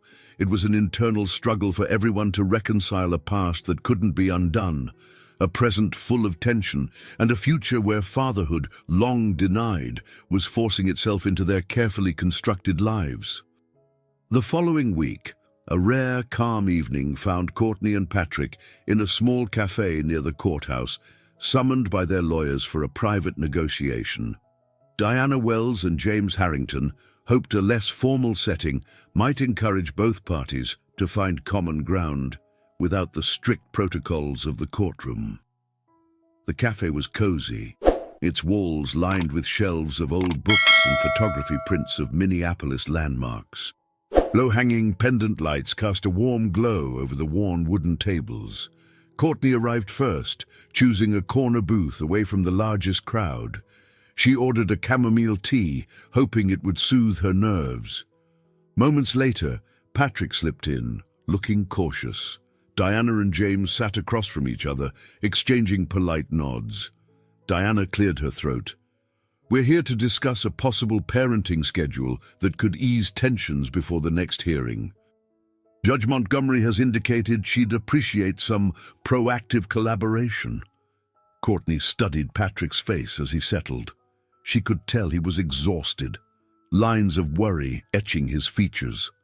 In an odd flash of memory, she recalled how he used to look when they studied for law exams together, focused but anxious, determined to prove himself. It felt like a lifetime ago. James pushed a folder toward Courtney and Diana. My client proposes a structured approach similar to what Ms. Reyes suggested. Weekly, supervised visits with all 4 teens, plus the option for separate, one-on-one outings in public spaces, like a library or a cafe, if the children agree. No overnights at this stage. Courtney glanced at the typed schedule. She imagined Emily meeting Patrick at an art exhibit, Noah discussing robotics over coffee, Leah observing a mock trial with her father in a courthouse gallery. But then Carl's stony hostility came to mind. She spoke quietly. Carl wants nothing to do with this. He might outright refuse to participate. Patrick's voice tightened. I realize I've broken his trust in the worst way, but I'm prepared to wait him out. I won't force him, but I can't give up either. Diana gave Courtney a pointed look. Your children are nearly legal adults. The court can make recommendations, but it can't strong-arm them. However, if these visits go well, it might quell the potential for a custody trial that no one really wants. Courtney sighed. I'm not trying to block him. I just need to ensure the kids aren't being pushed too fast. They have finals soon, college applications. I don't want them overwhelmed. She paused, then turned to Patrick. Are you prepared to accommodate their schedules? It might mean meeting them after sports practice or on weekends. Patrick nodded. I'll do whatever it takes. My work is flexible. Marcus and the rest of the team can manage without me if I need time off. James Harrington leaned in, tapping the table. So we're all in agreement on these terms. We draft a consent agreement, keep the court updated, and see how it goes for the next few months. Diana glanced at Courtney, who closed her eyes for a moment, collecting her thoughts. "Yes," she said finally, "I can accept this plan." They hashed out details about communication, agreeing they would keep texts and calls minimal and focused on logistics. By the end of the meeting, there was a tentative outline for a visitation schedule. It was hardly a done deal. Carl, especially, might resist, but it was a start. Once Diana and James left, Courtney stayed to finish her tea. Patrick lingered, clearing his throat awkwardly. "You don't have to stay," Courtney said, not unkindly. He lifted a shoulder in a small shrug. "I wanted to ask if you have any suggestions on how to talk to Carl. I've tried sending him messages through the social worker, but he hasn't responded." Courtney wrapped her hands around the warm mug. "Carl feels betrayed. He's spent his whole life trying to be the man of the house, filling a role he thought you abandoned. He doesn't say it, but he struggles with feeling inadequate. He's angry at you, but he's also angry at himself for wanting a father at all." Patrick's gaze drifted downward. "I'm sorry," he murmured, not for the first time. "I can't fix the past, but I can be present now. I hope eventually he'll see that." They shared a silence, heavy with all that remained unsaid about their own history. The cancelled wedding, the unsent letters, the cruelty of time lost. In another life, Courtney might have reached across the table to hold his hand, but now everything between them felt guarded, shaped by broken promises and years of distance. She finished her tea, leaving only the swirling patterns of leaves in the cup's bottom. Finally, she gathered her purse. "Good night, Patrick," she said softly. He offered a small nod in return, and she exited into the crisp Minneapolis evening. Though they had drafted a fragile agreement, Courtney knew that forging real connections would require more than signatures on paper. It demanded trust, which was in short supply, for her, for Carl, and maybe even for Patrick himself. A brisk Saturday afternoon found Patrick waiting at a local park, hands stuffed into the pockets of his jacket. There was a slight drizzle in the air, and the grey sky reflected a sense of tentative expectation. Today would be the first time he attempted to spend individual time with each teen, under Amelia's supervision, but outside of her cramped office. The arrangement was that each child could opt in, or not, and they'd meet at different intervals. His heart jumped a little when he spotted Leah approaching in the distance. She wore a warm coat and clutched a small notebook. Amelia walked beside her, carrying an umbrella. Patrick noted that Leah looked somewhat like Courtney had at that age, poised, eyes sharp with intelligence. He tried to calm his nerves as they closed the distance. Leah offered a polite greeting, her tone formal. Amelia gestured to a nearby bench beneath a large oak tree, where they could sit while she maintained a discreet distance, ready to intervene if tension rose. Patrick cleared his throat. "Thank you for meeting me," he said gently. Leah shrugged. "Ms. Rhea said it might be helpful if we talked. I figured I'd give it a try. I have questions." He nodded, exhaling. "Ask me anything." She opened her notebook. "We know you left Mom on the wedding day. But why? Mom never gave us the details. Just that you weren't ready. Can you tell me exactly what happened?" Patrick ran a hand over his jaw, wincing. "It's painful to recount, but you deserve honesty. I was young, terrified. My father's demands were immense. He wanted me to be this perfect lawyer, a pillar of society, and I was paralyzed by the idea of taking on a family I wasn't sure I could provide for. Instead of facing my fears, I ran. It's the single worst mistake of my life." Leah bit her lip. "Did you know about us? Mom said she tried contacting your family. Did you get any messages?" His shoulders slumped. I was in Chicago by then. If she called, I never got the message. I suspect my father might have intercepted attempts to reach me. He was controlling and believed Courtney was trapping me, which wasn't true. But I bear responsibility. I was too cowardly to call and find out what happened, and I lived with that guilt for years. Leah studied him for a long moment, flipping a page in her notebook. So now you expect us to just let you in? No, he replied quietly. I'm not expecting acceptance overnight. I'm hoping we can build something new, even if it's just trust, piece by piece. He paused. I also heard you might want to study law. Is that true? She raised her eyebrows, a flicker of interest crossing her face. I'm applying to pre-law programs. I like analyzing cases, finding logical solutions. It feels like a way to uphold fairness. Patrick managed a small smile. I'd be happy to share what I know about the field, or put you in touch with colleagues who can mentor you. He hesitated. Only if you want? Leah glanced at him, torn. Maybe, she said finally, scribbling a note. They spent the next half hour discussing law school admissions, the types of internships available, even referencing a few famous legal cases. By the end, the tension had softened. Amelia approached, smiling gently. Seems like progress, she observed. Leah closed her notebook. Thank you for the advice, she said, and without further sentiment, headed back toward the parking lot. Not long after, Noah ambled over, hands tucked into the pockets of a hoodie featuring a science club logo. I guess it's my turn, he said in a neutral tone. Patrick stood, offering a handshake, which Noah accepted awkwardly. They meandered to another section of the park, where a small pond reflected the muted sky.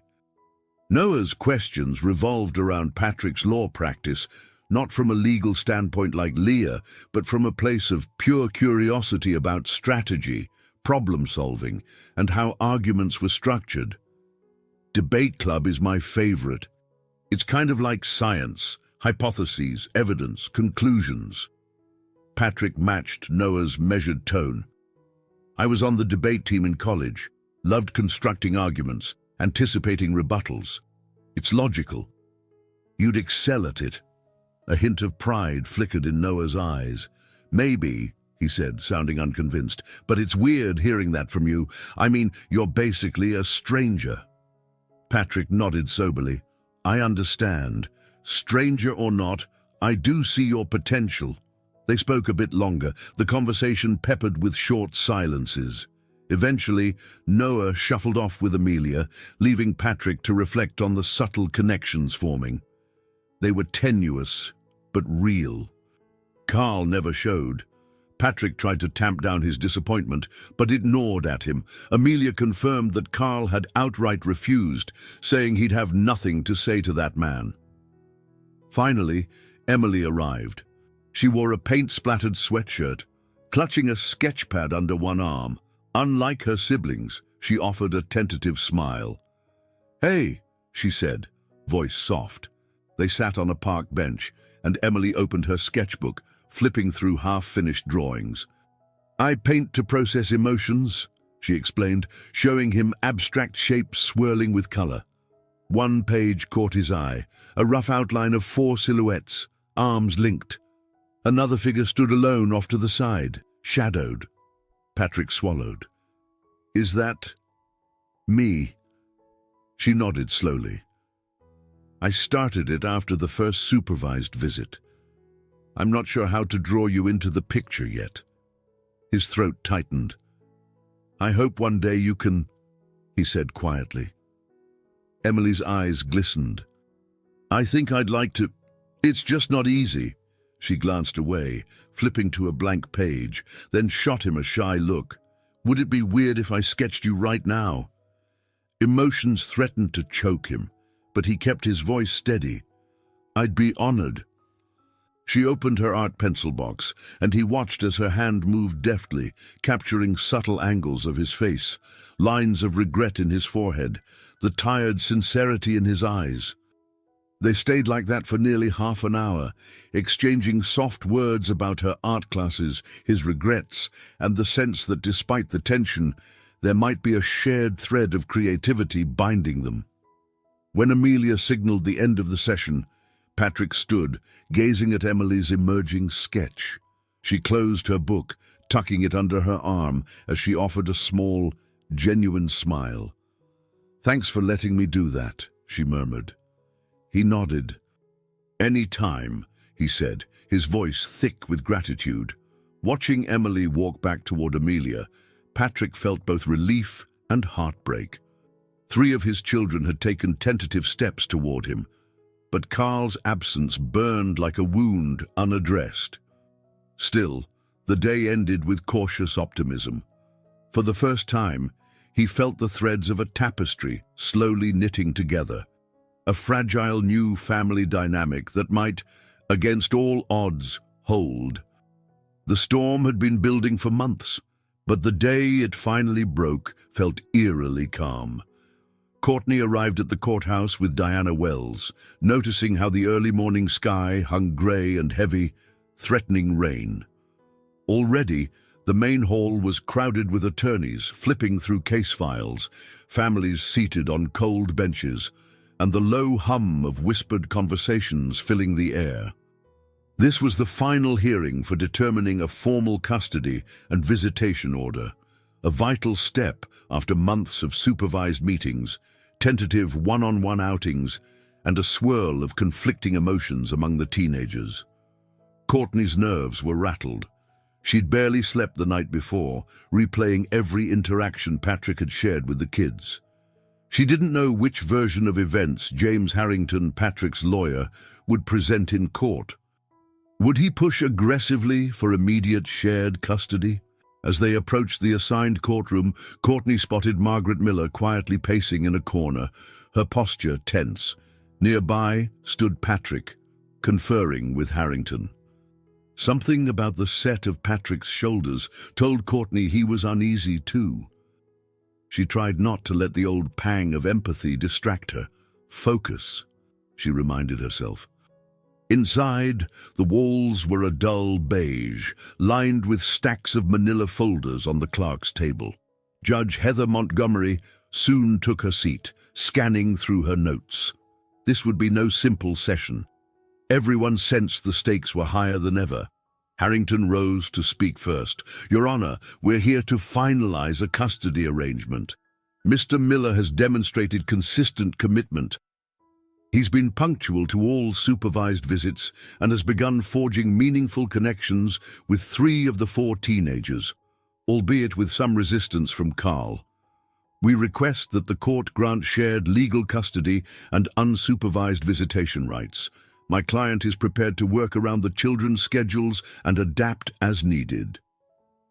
Courtney felt her pulse spike at the words, "shared legal custody." She braced herself as Diana Wells stood. "Ms. Donovan acknowledges Mr. Miller's recent efforts. However, we must address the years of absence and the ongoing emotional strain on the teens. While 3 of them show gradual acceptance, Carl's hostility is evident. A sudden transition to unsupervised visits could destabilize the fragile progress they've made. We propose a structured, incremental plan with the possibility of shared custody in the future if Patrick continues showing consistency." The judge eyed both sides. "Thank you, counselors. I've also received an updated report from Amelia Reyes, who has overseen much of the supervised contact. Ms. Reyes, please present your findings." Amelia stepped forward with her clipboard. She cleared her throat, then spoke in a measured tone. "Overall, Mr. Miller has been cooperative. Noah, Leah, and Emily exhibit cautious optimism, though all 3 express varying degrees of emotional conflict. Emily, the most open, has begun to develop a genuine bond with Mr. Miller through shared creative interests. Leah appreciates his legal expertise and guidance, but remains guarded. Noah values his father's logical approach and willingness to discuss debate-related topics." The judge glanced at Courtney. "And Carl?" Amelia took a careful breath. "Carl is unwilling to engage. He's consistently declined individual visits. In the group sessions, he's present but distant, often leaving early or refusing to speak. He shows signs of anger and perhaps unresolved grief for the father figure he never had. In my professional opinion, forcing Carl into unsupervised interactions against his will could exacerbate his resentment. A hush settled over the room. Patrick looked visibly pained. He opened his mouth, as though wanting to speak up, but Harrington placed a hand on his arm, a reminder to let the process continue. Judge Montgomery turned pages in her file, frowning in concentration.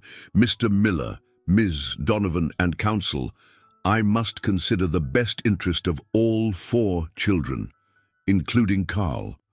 Yet the other 3 deserve the chance to explore a relationship with their father at a deeper level, if they choose."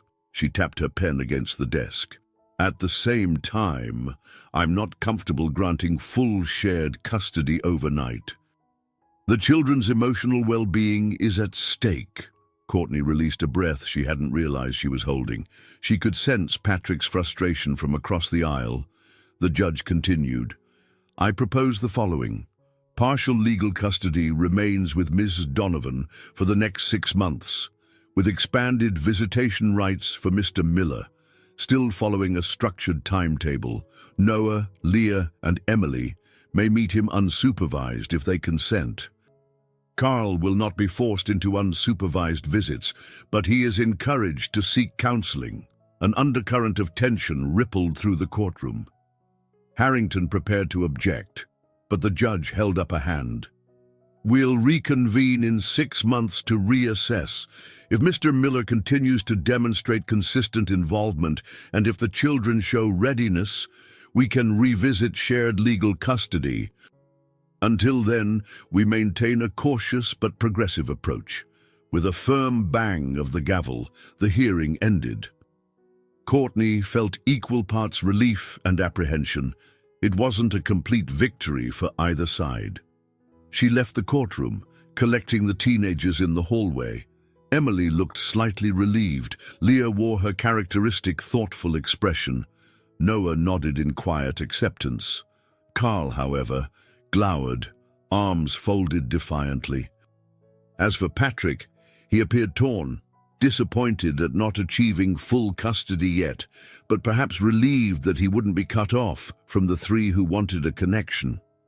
Standing near the exit, he seemed to contemplate approaching Courtney and the kids, but instead he caught her eye, gave a small nod, and turned away with Harrington. Outside, rain had begun to fall. Courtney pulled her jacket closer, the teens clustering around her. She wondered how much more turmoil each of them could bear before they found lasting peace. If the heavy clouds overhead were any indication, the storm that began here might not end any time soon. In the days following the court's decision, a tense hush settled over the Donovan household. Courtney and the children were navigating their own emotional minefields, unsure of how to balance everyday routines with the looming new schedule of visits. Every time the phone rang, Courtney felt a jolt of anxiety, anticipating that it might be Patrick with a last-minute plan or a conflict that needed resolving. One evening, after a silent family dinner, Carl stalked off to his room. Courtney debated following him, but decided to give him space. She found Emily in the living room, flipping through channels without really watching anything. Leah and Noah had retreated to their shared study corner, whispering about upcoming exams. The house was too quiet, a stark contrast to the typical bustle she'd spent years managing as a single mother. The next day, she discovered Carl missing. He hadn't come down for breakfast, and she assumed he'd left early for basketball practice.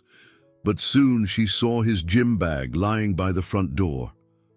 Panic cinched her chest. She phoned the school. The receptionist confirmed Carl wasn't there. Fear gripped Courtney as she dialed his cell. It went straight to voicemail. She called Vivian, voice shaking. "I can't find Carl. He's not answering, and he isn't at school. I don't know where else to check." Vivian tried to sound reassuring. Maybe he just needed space. He's nearly 18. Maybe he took a drive or walked somewhere to cool off. Courtney's voice trembled. He's never done this. He's always told me if he was leaving. This is unlike him. Hours dragged by. Courtney and Vivian drove around familiar neighborhoods, searching local parks, the basketball court where Carl usually played, even the diner downtown where he sometimes ate with friends. No sign of him. Each empty street fueled Courtney's mounting dread. By late afternoon, she was ready to call the police when a text finally arrived on her phone. "I'm fine. Don't worry." It was from Carl's number. No further explanation. Relief mingled with anger. Courtney keyed in a reply, "Where are you?" but got no response. A few more agonizing hours passed before she received another text from him. "Meet me at the old park." Courtney's heart pounded. She knew exactly which park he meant, the small one near the church where her ill-fated wedding day began so many years ago. It was also the place she and Patrick used to walk in the evenings during their brief, happier times. Nightfall was near when Courtney arrived. She found Carl sitting on a weathered wooden bench, hoodie pulled up, staring at the overgrown grass near the playground. As she approached, her anger flickered, but the sight of his slumped shoulders replaced it with concern. "Carl, you had me worried sick," she murmured, keeping her voice gentle. She sat down beside him, leaving a slight gap between them.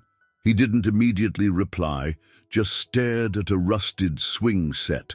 Finally, he spoke in a low monotone. "I just needed to get away. Mom, everything's messed up. Patrick tries to act like he can just make things better, but he doesn't know me. You've always done everything, and now I'm not even sure if that's enough anymore. I feel angry all the time." Her throat tightened. "I know you're hurting. I won't pretend to understand the extent of it, but I'm here." Carl gritted his teeth. "You two are fighting a war in court over us. Everyone says it's about what's best for the kids, but I feel like some prize you both want to claim or push away. It's suffocating." Courtney's eyes misted over. "I never meant to make you feel like a pawn. I just spent years shielding you from disappointment, and now I'm lost, too." He turned to face her. In the dim light of the street lamp, she saw tears in his eyes, something he rarely revealed. "Then why does it feel like I can't breathe? Every day, the lawyers talk about my future. Patrick wants me to call him Dad. You want me to keep my guard up. My siblings keep telling me to give him a chance. But what if I don't want to?" Courtney reached out, placing a tentative hand on his shoulder. "You have a right to your feelings. The judge can make rules, but she can't force your heart to change." A long pause followed. Then Carl exhaled, as though releasing some of the tension built up inside him. "I didn't know where else to go," he admitted softly. "I just remembered you once told me this park meant something, a place where you realized the life you thought you'd have was gone. I guess I sort of feel the same right now." Courtney's tears slipped free. She hugged him, careful not to push too far if he resisted, but he let her, resting his chin against her shoulder. They stayed like that for a moment, mother and son sharing a raw, painful truth. This situation had no perfect solutions. Eventually, Carl pulled away. "I'm sorry I made you worry." He rose from the bench, looking around. "Let's go home." They walked toward the car in silence, the damp air wrapping them in a quiet understanding. The war wasn't over. There would be more battles, more heated court sessions, more heartbreak, but in that moment, the cost of it all felt real in a way no legal motion could capture. Courtney realized the true damage wasn't about winning or losing. It was the toll it exacted on the people she loved most. 2 weeks after Carl's brief disappearance, the court-ordered therapy sessions began. Judge Montgomery had recommended a specialized family counselor, Dr. Rachel Stevens, who had years of experience helping estranged parents reintegrate. Courtney felt skeptical at first, but she went along with the plan, hoping it might soften Carl's bitterness and guide the other teenagers' tangled feelings. The therapy office was located in a refurbished brownstone near the Minneapolis Arts District, its waiting room decorated with bright abstract paintings. The first session was an emotional minefield, with all 4 teens, Courtney and Patrick, in a circle of chairs while Dr. Stevens observed quietly, letting them find their own way to speak. Emily was first to break the silence. "I want this to work," she confessed, eyes flicking between Courtney and Patrick. "I like it when he takes me to art exhibits. It feels good to have someone who notices my sketches and praises them. But I know that makes Mom uncomfortable. And Carl, you hate it." Carl, scowling, opened his mouth as if to retort, but hesitated. Instead, he folded his arms and stared at the floor, resentment radiating from his posture. Noah took a breath. "I'm okay talking to Patrick about academic stuff, but every time we get close to anything personal, I shut down. It feels like I'm betraying Mom, even though she says I'm not. It's all so confusing." Leah chimed in, voice steady. "I want to see the logic in this situation, but it's not a math problem I can solve with neat formulas. I know Patrick regrets leaving. I know Mom's anger is valid. But how do we move forward? I don't want to spend my last year of high school feeling like I have to choose a side." Courtney felt a pang at that. She glanced at Patrick, who looked stricken by the kid's confessions. "This is good," she told herself. "They're finally letting it out." She inhaled, deciding she, too, needed to speak. "It's true that I've felt uneasy about you bonding with Patrick," she admitted. "After he left me at the altar, I spent years trying to protect myself and all of you from more disappointment. But now, I'm discovering that my protective instinct might be hurting you in a different way, limiting your experiences." The honesty in her words seemed to cut through the tension. Dr. Stevens nodded, encouraging Patrick to respond. He looked around the circle, clearly grappling with conflicting emotions. "I've never been more ashamed of anything than how I abandoned you and your mother. I can't undo that, but I can be here now, whether that's to help Leah with legal studies, talk science with Noah, watch Emily's art progress, or, I don't know, play basketball with Carl, if he ever wants that." Carl's gaze flicked up momentarily, but he said nothing, jaw clenched. The group fell into a brittle silence, which Dr. Stevens eventually broke. She explained the concept of rebuilding a broken house. They had to clear away debris before constructing a new foundation. "Each of you has legitimate pain, fear, or guilt," she said. "Acknowledging that is the first step toward healing." In subsequent sessions, the family members worked in smaller clusters. Patrick and Carl tried a one-on-one therapy meeting, though it ended with Carl storming out when confronted about his lingering anger. Leah confided to Dr. Stevens that she feared letting Patrick into her life would undermine her loyalty to Courtney. Noah confessed that he'd researched Patrick online years ago, even found a mailing address in Chicago, but never had the courage to contact him. Emily delved deeper into the artwork she'd created, capturing her father's return as a swirl of dark and bright colors, symbolizing both pain and hope. While progress was gradual and uneasy, Courtney noticed small shifts. Carl stopped leaving the house in a fury whenever Patrick's name came up. Leah asked her father a question or two about law school deadlines. Noah texted Patrick a science article link at midnight, a sign he was starting to trust him at least in small intellectual exchanges. Emily continued to flourish artistically, showing Patrick new sketches. Through these sessions, Courtney faced her own buried insecurities. She recognized the parallels between Patrick's abandonment and losing her own father at a young age. In therapy, she finally admitted how her coping mechanism had been total self-reliance, shutting everyone out. "I thought if I never depended on anyone again, I'd never be hurt again," she said, voice trembling. "But that only built a wall between me and the people I love, my own children included." Patrick had tears in his eyes, but he didn't speak. "Doctor." Stevens guided Courtney through acknowledging that some walls needed to be lowered, carefully, if genuine reconciliation was to happen.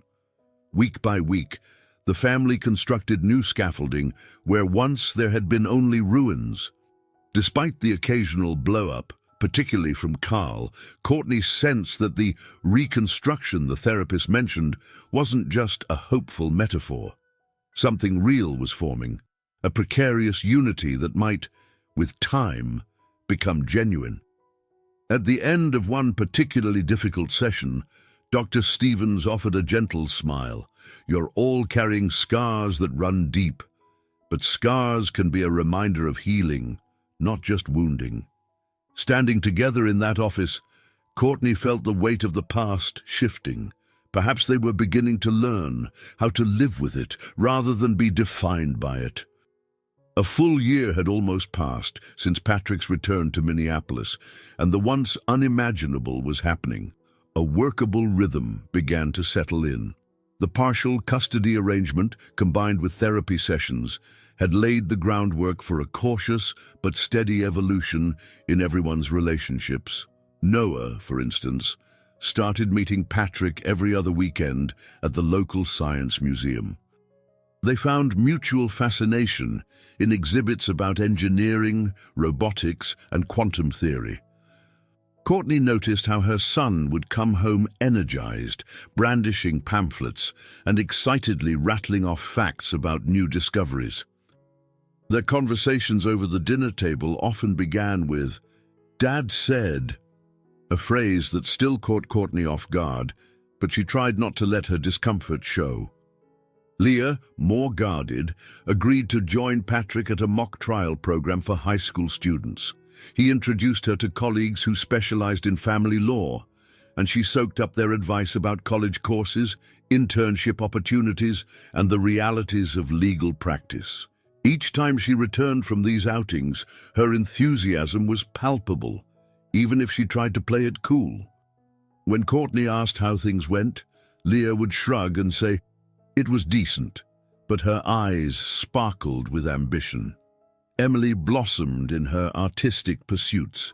She'd been accepted into a competitive art workshop, something Courtney initially worried might disrupt Emily's academic focus, but Patrick advocated for her, showing Courtney articles about successful artists who balanced creative studies with future career prospects. The turning point came when Emily proudly revealed a scholarship offer from a local art institute. Courtney realized that maybe, just maybe, letting go of her rigid expectations could be worthwhile. Emily's happiness was undeniable. Carl, on the other hand, remained the missing piece in Patrick's newly forming puzzle. He still refused direct contact outside therapy, and even in therapy, he mostly seethed in silence.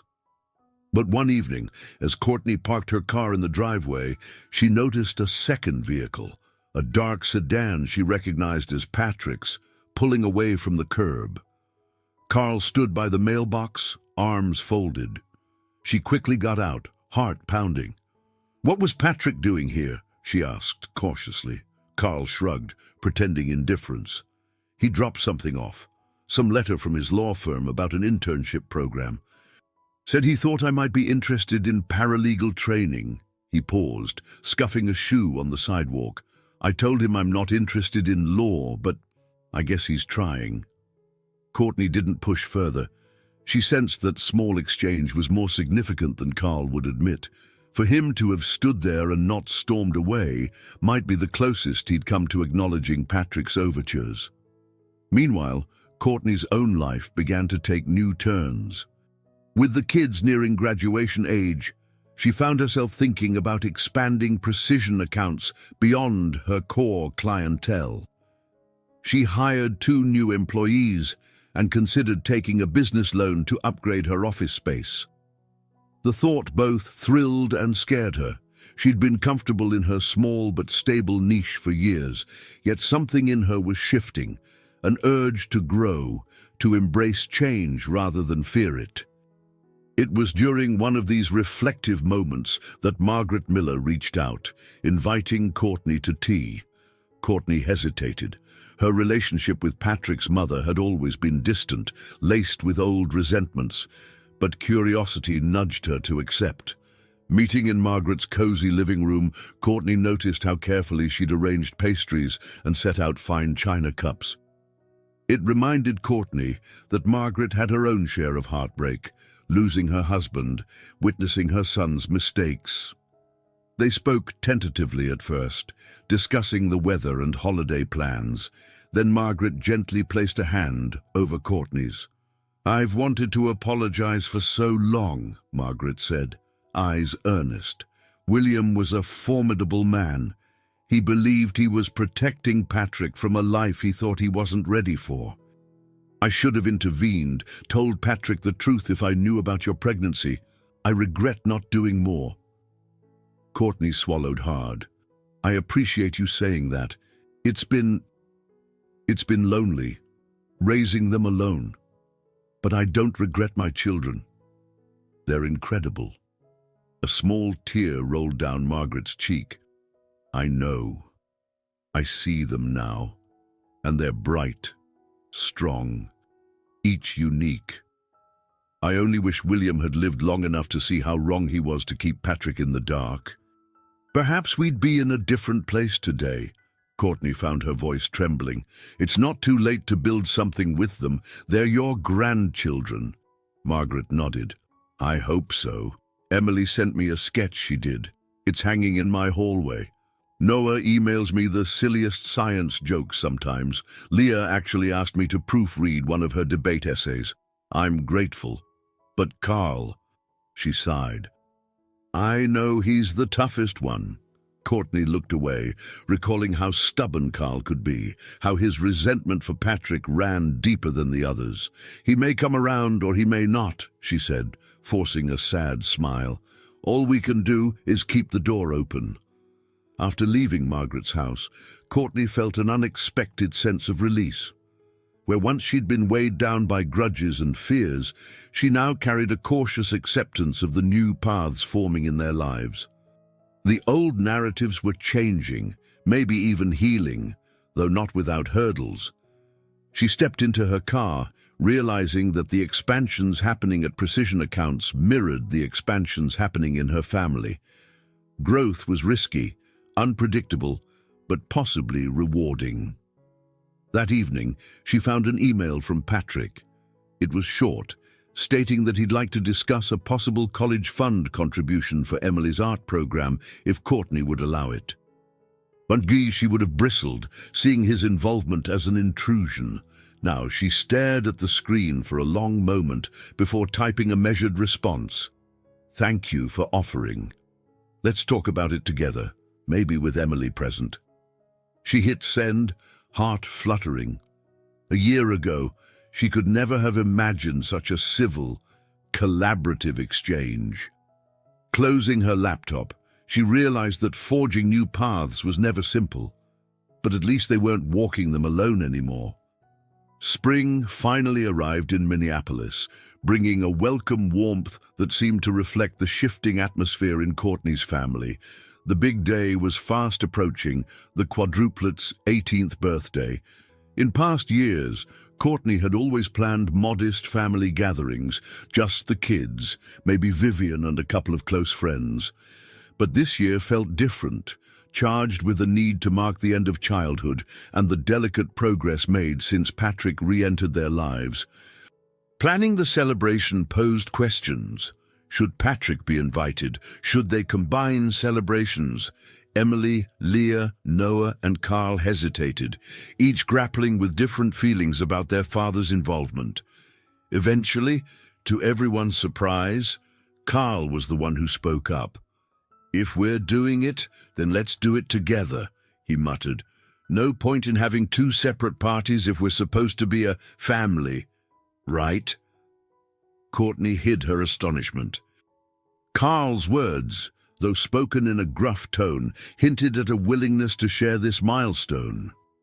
Emily beamed, Leah nodded thoughtfully, and Noah gave a small grin. So, a joint birthday celebration was set on the lawn of Courtney's house, with Patrick invited, plus Margaret, Eleanor, Courtney's mother, visiting from Florida, and a handful of the teens' closest friends. The morning of the party dawned bright and clear. Courtney had strung up decorations across the backyard, balloons, banners, and a long buffet table laden with snacks, a sheet cake, and homemade lemonade. Vivian arrived first, carrying trays of food. Patrick showed up soon after, carefully balancing boxes of gifts. He paused near his car, scanning the yard. Courtney took a deep breath and walked over to greet him. "Hi," she said, keeping her voice even. "Glad you could make it on time." He gave a small chuckle. "I promised Leah I'd help set up. She emailed me a list of tasks." He held up the piece of paper, lines of neat bullet points describing exactly what needed to be done. Courtney shook her head in amusement. The atmosphere was strangely companionable as they worked together, tying extra balloons and positioning chairs. By noon, people began trickling in. Margaret Miller arrived, hugging each grandchild in turn. Eleanor Donovan stepped in with a more cautious demeanor, but soon found herself in conversation with Margaret about garden tips. The two older women, who had once been so tense with each other, bonded over sharing stories of their grown children's failings and triumphs. Meanwhile, the backyard buzzed with teenage chatter. Friends teased Carl about his new roles on the basketball team, while Leah proudly mentioned an upcoming debate competition.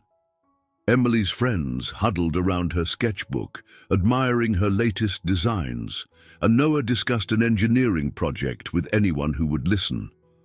Patrick stood near the grill, flipping burgers and hot dogs, occasionally nodding to passers-by. About halfway through the party, Courtney gathered everyone around for the traditional singing of Happy Birthday. 4 separate cakes had once been the family tradition, one for each child's unique tastes. But this time, they'd agreed on a single large cake with 4 sets of decorative toppers.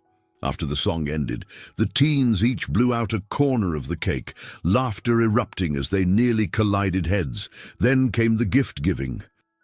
Margaret stepped forward first, handing Carl a small wrapped box. "This belonged to William," she explained gently. Carl unwrapped it to reveal a classic wristwatch with initials engraved inside.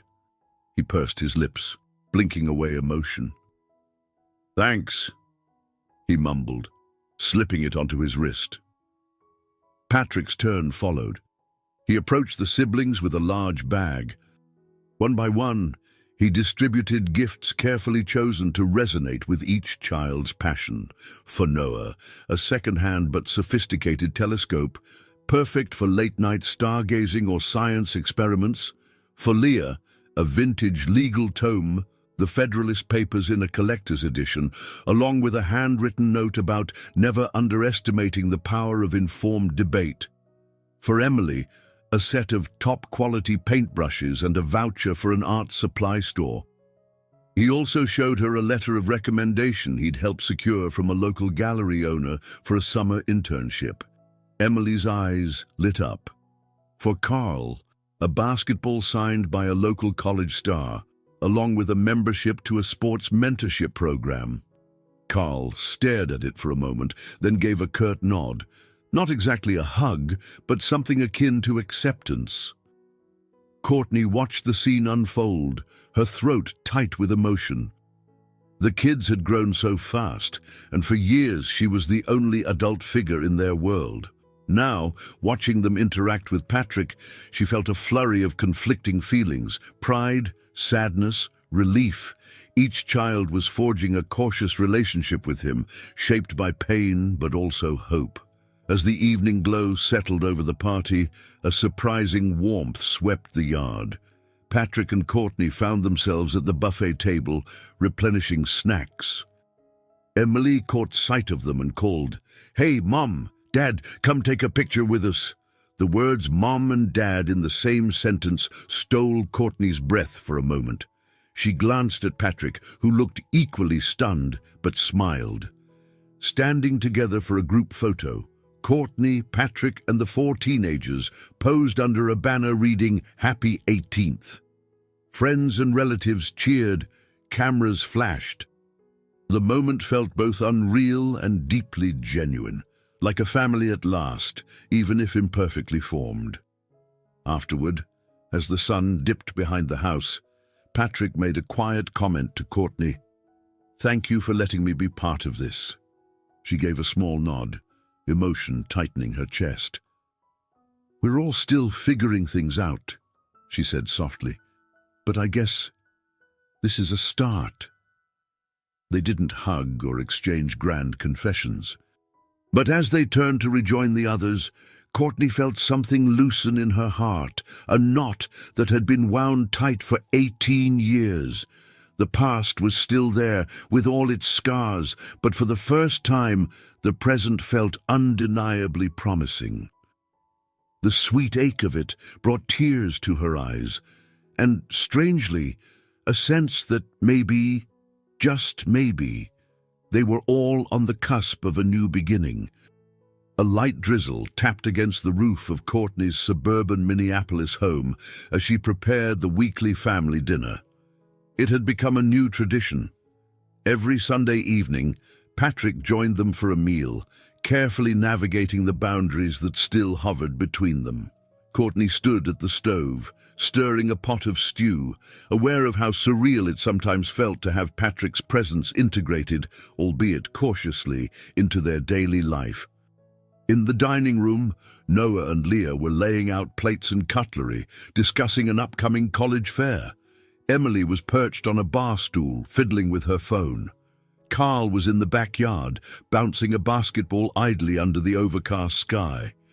Even though he refused to admit it, he was gradually making peace with Patrick's role, if only for the sake of the family dynamic.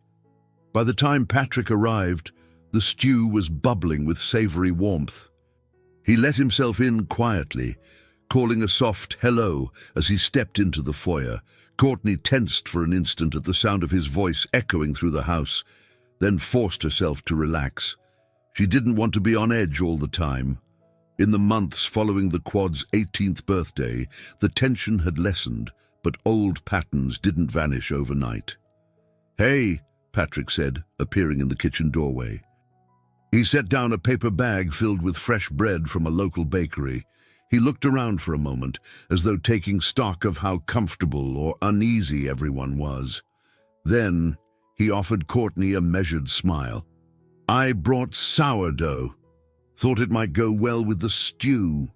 "Great," she replied, trying to keep her tone neutral. "Could you slice it, please?" He nodded, rolling up his sleeves. Leah and Noah hovered near the table, occasionally glancing over to see if he needed help. Emily joined them, leaning against a counter, while Carl lingered outside, still bouncing the basketball. Thump, thump, thump, against the ground. Once the meal was ready, Courtney called everyone to the table. Carl ambled in last, setting his basketball near the back door. They all took seats.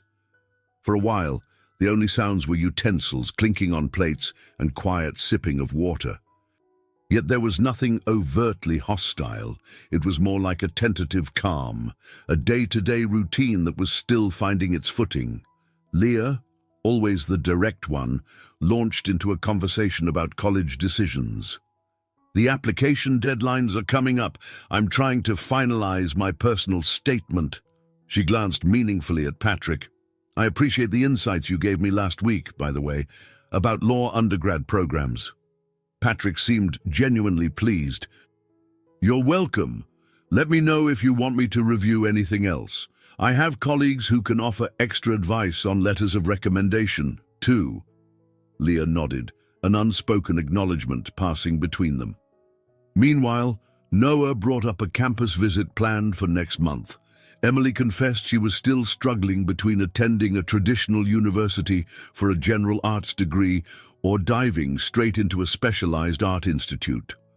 Courtney listened carefully, stirring her spoon around her bowl. She was proud of how far they'd come. Just a year ago, Patrick's name was barely allowed in the house, and now he was actively advising them about their futures. The conversation eventually turned to finances. Emily mentioned that tuition at the Art Institute was steep. Patrick inhaled, setting down his spoon. "I'd like to help cover some of your tuition. Actually, for all of you. I know money doesn't erase the years I was gone, but I want to contribute if you'll let me." Carl stiffened, gaze flicking to Courtney. Her chest tightened, but she remembered how they'd discussed this possibility in therapy.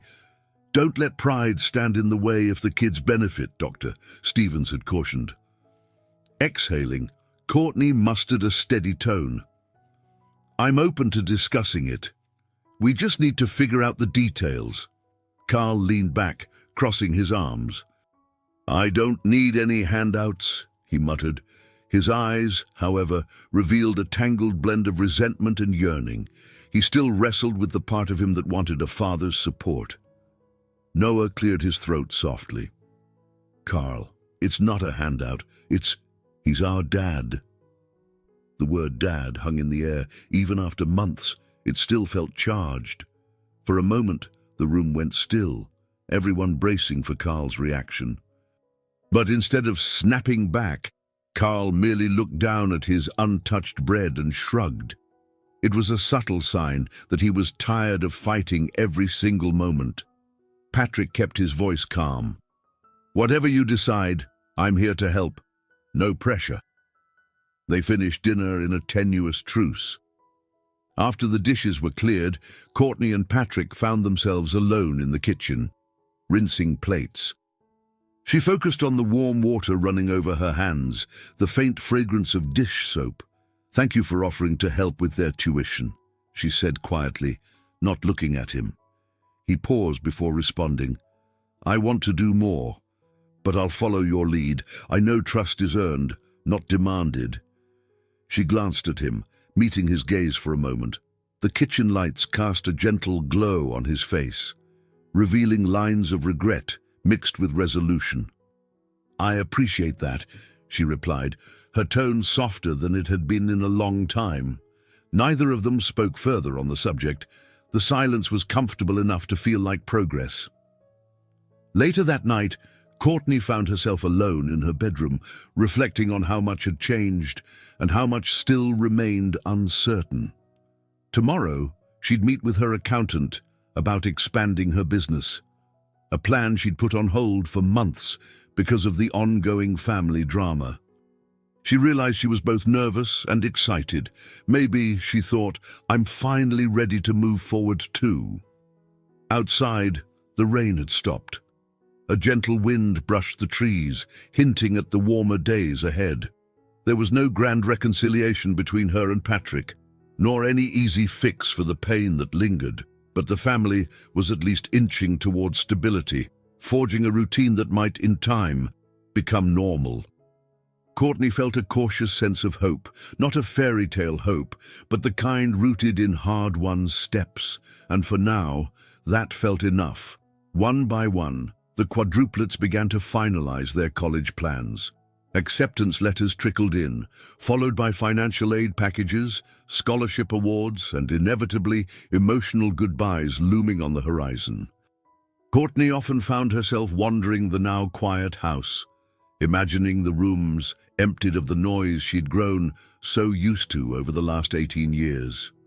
The day Leah officially chose to attend a prestigious pre-law program in Ohio, Courtney felt a rush of pride tinged with sorrow. Leah, ever the planner, laid out a 3-year blueprint for her studies, complete with internships, moot court competitions, and a roadmap to law school. Patrick's chest swelled with admiration when she showed him, though he refrained from overt congratulations, respecting Leah's measured sense of independence. Noah, always methodical, decided on an engineering program at a top university in Massachusetts. His acceptance letter had arrived with a partial scholarship. One evening, Courtney found him in his room, packing up some of his science fair trophies and notebooks months in advance. "I'm just getting a head start," he said with a shy grin. Yet she saw the tear in his eye when he realized how real it was becoming. Emily pursued her passion at a local art institute, which was both a relief and a challenge for Courtney. It meant Emily would still be in Minneapolis, but in a new environment that demanded artistic growth and came with no small expense. True to his word, Patrick quietly financed a significant portion of her tuition, though Emily insisted on applying for grants and scholarships herself. The mother-daughter tension over practical careers had eased, leaving behind a sense of mutual respect for Emily's talent. Carl, however, remained the wild card. While he had decent grades, the college route didn't seem to spark him. Instead, he confided in Courtney late one night after basketball practice that he was considering going straight into the workforce or possibly a sports training program. "I don't know, Mom. Everyone's pushing college, but I'm not sure it's for me," he admitted, the vulnerability evident in his eyes. Courtney found herself torn, recalling the years she'd pinned her hopes on each child's academic future. Yet she also recognized the damage that pushing too hard could do. "Maybe take a gap year," she suggested gently. "You can keep your options open, Carl, or see if you can find a part-time job and a part-time training program. It doesn't have to be all or nothing." In the midst of these transitions, Patrick wrestled with his own set of conflicting feelings. Watching the kids pack up for adulthood reminded him of all he'd missed: first steps, bedtime stories, birthdays. Though he'd stepped into their lives late, he discovered that letting them go came with its own ache. More than once, Courtney observed him outside the house, leaning against his car after dropping off one of the teens, staring at the driveway as though unwilling to drive away. One warm afternoon, Courtney returned from grocery shopping to find Patrick sitting on the front steps. He was alone, his suit jacket folded beside him, tie loosened. She parked her car and approached quietly, noticing the worry lines across his brow. "You all right?" she asked. He exhaled, running a hand through his hair. "Just thinking about how fast time is moving. I only got to know them as teenagers, and now they're heading off in different directions." He paused, glancing at the sky as if searching for answers. "I feel like I'm losing them all over again." Courtney's voice softened. "They're not gone. They're just growing up. You're part of their lives now, whether they're here in this house or halfway across the country." She set her grocery bags down, taking a seat next to him. A fleeting memory rose of them sitting on the stoop of his old dorm in college, dreaming of the future. How different reality had turned out. "I guess so," he said, forcing a smile. "But with Carl, I'm not even sure where I stand. He's so distant." Courtney nodded. "He's deciding his next steps. He'll come around in his own time." She hesitated, then added, "I'm thankful you're here for them now. Better late than never." He looked at her with a flash of gratitude. For once, there wasn't animosity or regret clouding the moment. Just two parents, each humbled by past mistakes, trying to ensure a better future for their children. A gust of wind rattled the branches overhead, and Courtney stood, brushing dust off her jeans. "I should put these groceries away." "If you want, you can come in. The kids should be home soon. Leah's drafting a list of dorm essentials. Maybe you could help her." Patrick stood, slipping on his jacket. "Sure," he replied, picking up two of the grocery bags. As they walked inside together, a sense of uneasy but heartfelt solidarity settled between them. The house might soon be emptier, but the bonds they were forging with the kids and with each other were just beginning to take shape in a brand new way. 2 years later, the world had taken on new rhythms. Leah thrived in her pre-law program in Ohio, occasionally calling Patrick to share updates on her mock trial successes or to discuss court cases she found fascinating. Noah was knee-deep in a competitive engineering curriculum, returning home during breaks to excitedly present prototypes of small robotic gadgets he'd designed. Emily's art continued to flourish at the local institute. She held her first gallery, showing that featured a collection of evocative portraits capturing the emotional evolution of her family.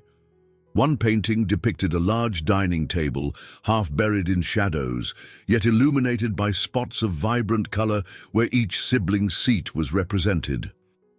It was a quiet masterpiece, reflecting Emily's keen eye for the tension and beauty within her own life. Carl had taken a different path. He decided on a part-time job at a sporting goods store while exploring a sports administration course at a local community college.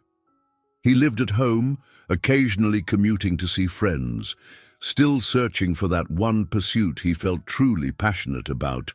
Courtney suspected he found comfort in the routine, a simpler way to figure out his future without the upheaval of leaving home. On a chilly Thanksgiving break, the family reconvened under Courtney's roof. The sense of baked turkey and sweet potatoes filled the house with an almost nostalgic warmth.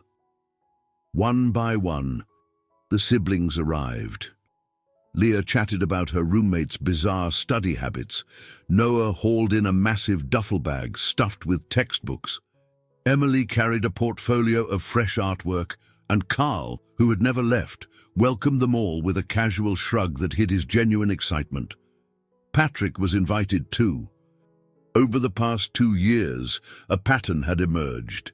The kids now viewed him as part of the family, even if Carl still kept a wary distance. Courtney noticed how each child's relationship with Patrick had become multifaceted. Leah was the most professionally aligned with him, seeking career advice. Noah enjoyed their intellectual debates. Emily shared her art updates, often requesting constructive critique. And Carl, well, Carl tolerated him, and that was progress in its own way. As dusk settled, they all gathered around the dining table, a bigger table than Courtney had when they were children, but somehow it still felt crowded with laughter, chatter, and overlapping conversations. Margaret Miller was there, too, exchanging pleasantries with Eleanor Donovan, the 2 grandmothers now comrades in doting on the family. Vivian dropped by with a casserole dish, greeting everyone warmly, and making jokes about the day Courtney first brought 4 crying infants into her dorm room for Visitation Day. Eventually, Noah raised a glass. "I propose a toast," he said, voice trembling with the awkwardness of a young adult learning to speak in a crowd.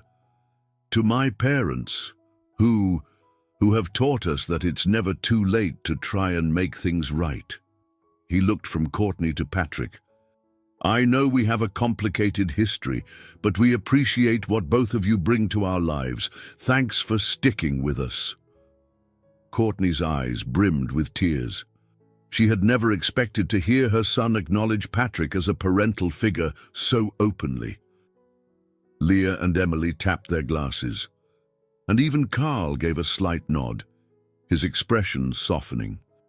When they clinked their glasses together, the sound resonated like a gentle bell, signaling something precious. A hard-won family unity, still imperfect, but undeniably real. After dinner, as plates were cleared away, Courtney found Patrick standing alone by the living room mantel, where countless family photos were displayed. Among them was a snapshot taken at the quadruplet's 18th birthday, Patrick's, Courtney, and the 4 teens, all with tentative but genuine smiles. "They were so young," he murmured, brushing a finger over the glass frame. "Time really flies." Courtney approached, setting down a stack of folded napkins. "It does.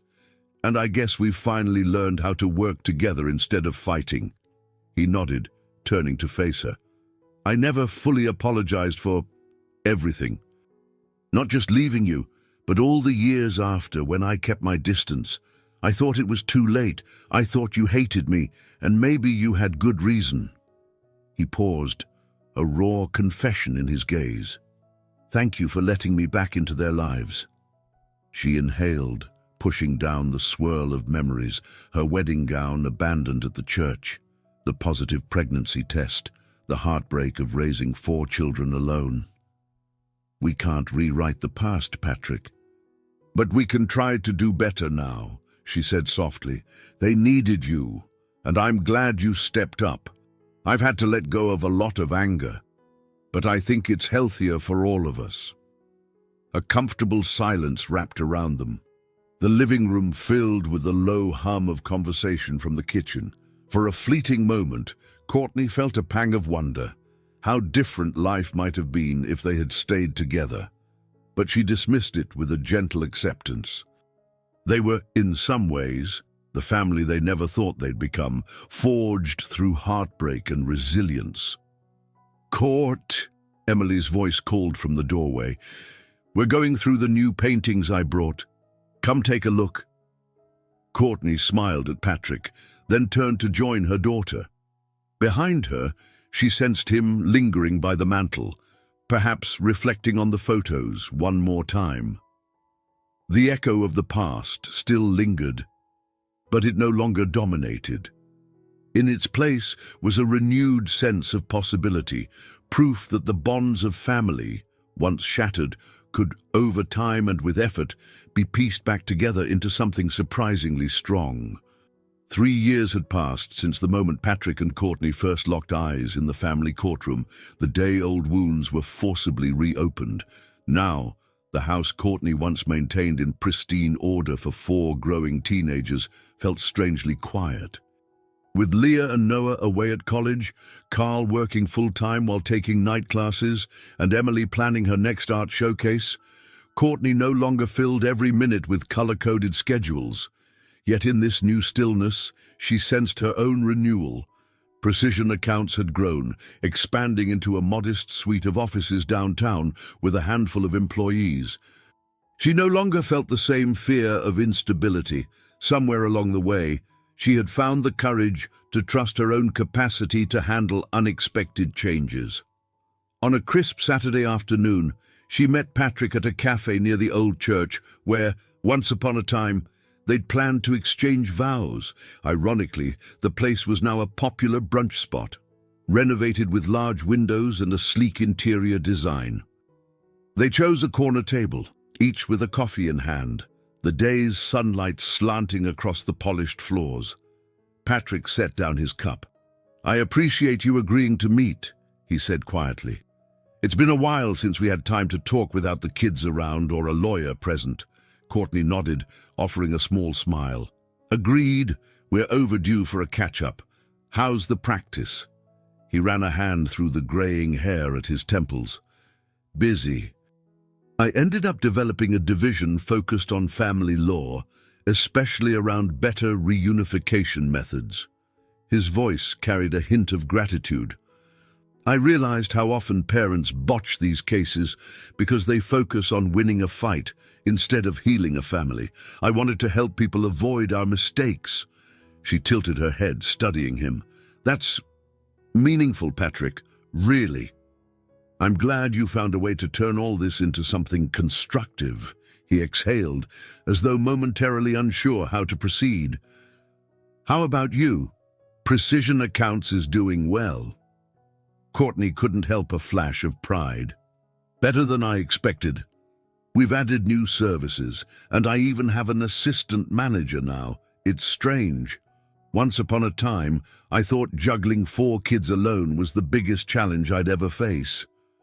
Now, expanding the business while balancing these adult children's transitions is a whole different adventure." They shared a chuckle, an ease that would have been unimaginable just a few years prior. For a moment, Courtney let herself recall the version of Patrick she'd first fallen for, idealistic, warm, a bit anxious under his father's shadow. She could see glimmers of that man now, shaped by years of mistakes and regrets, but also by growth. "So," she began, folding her hands on the table, "what do you think happens next with, the kids almost fully grown?" Patrick lifted his coffee, sipping thoughtfully. "They'll keep finding their paths, I guess. I've tried to be a resource for Leah whenever she has a legal question, and Noah calls me every other week to brainstorm science projects. Emily invites me to her art shows. Carl's the toughest, but we did catch a basketball game together last month. It was nice. Courtney's eyes flickered at the mention of Carl. She knew how significant that shared outing must have been. "I'm glad," she murmured. "You've come a long way with them." He set the coffee down, leaning forward. "I owe that to you, Courtney. You didn't have to let me in. You could have fought harder in court, made sure I never got the chance to know them, but you didn't." A surge of emotion welled in her chest. "I did fight at first. But then I realized fighting was draining me more than letting go. Letting you in didn't mean I was excusing what you did. It just meant I was giving our children permission to form their own judgments.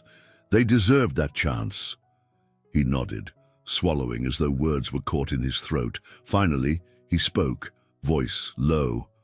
"I realize we'll never be what we once dreamed of being, but I also don't want us to be strangers who only talk about the kids' schedules. Maybe one day, when enough time has passed, we can be friends of some kind." Courtney's eyes misted. She blinked rapidly, reminding herself to stay grounded. "Yes, friends," she echoed. "I think we're already on our way there." They shared a soft smile, neither pressing for more. The moment was tender, two people acknowledging their flawed history, yet choosing a cautious hope for whatever future remained. No grand reconciliation, no romantic reproposal. Just two individuals standing at a place of mutual respect, bound forever by four remarkable kids who had, in their own ways, forgiven both parents for their failings. When they finished their coffees and stood to leave, the sunlight outside felt warmer than expected, casting a glow on the old church's renovated facade. They walked to their respective cars, parting with a gentle wave rather than a final goodbye. If anything, they both sensed that their story, once so violently fractured, had found a new chapter, one shaped not by bitterness, but by growth. Courtney slid into her car, resting her hands on the steering wheel.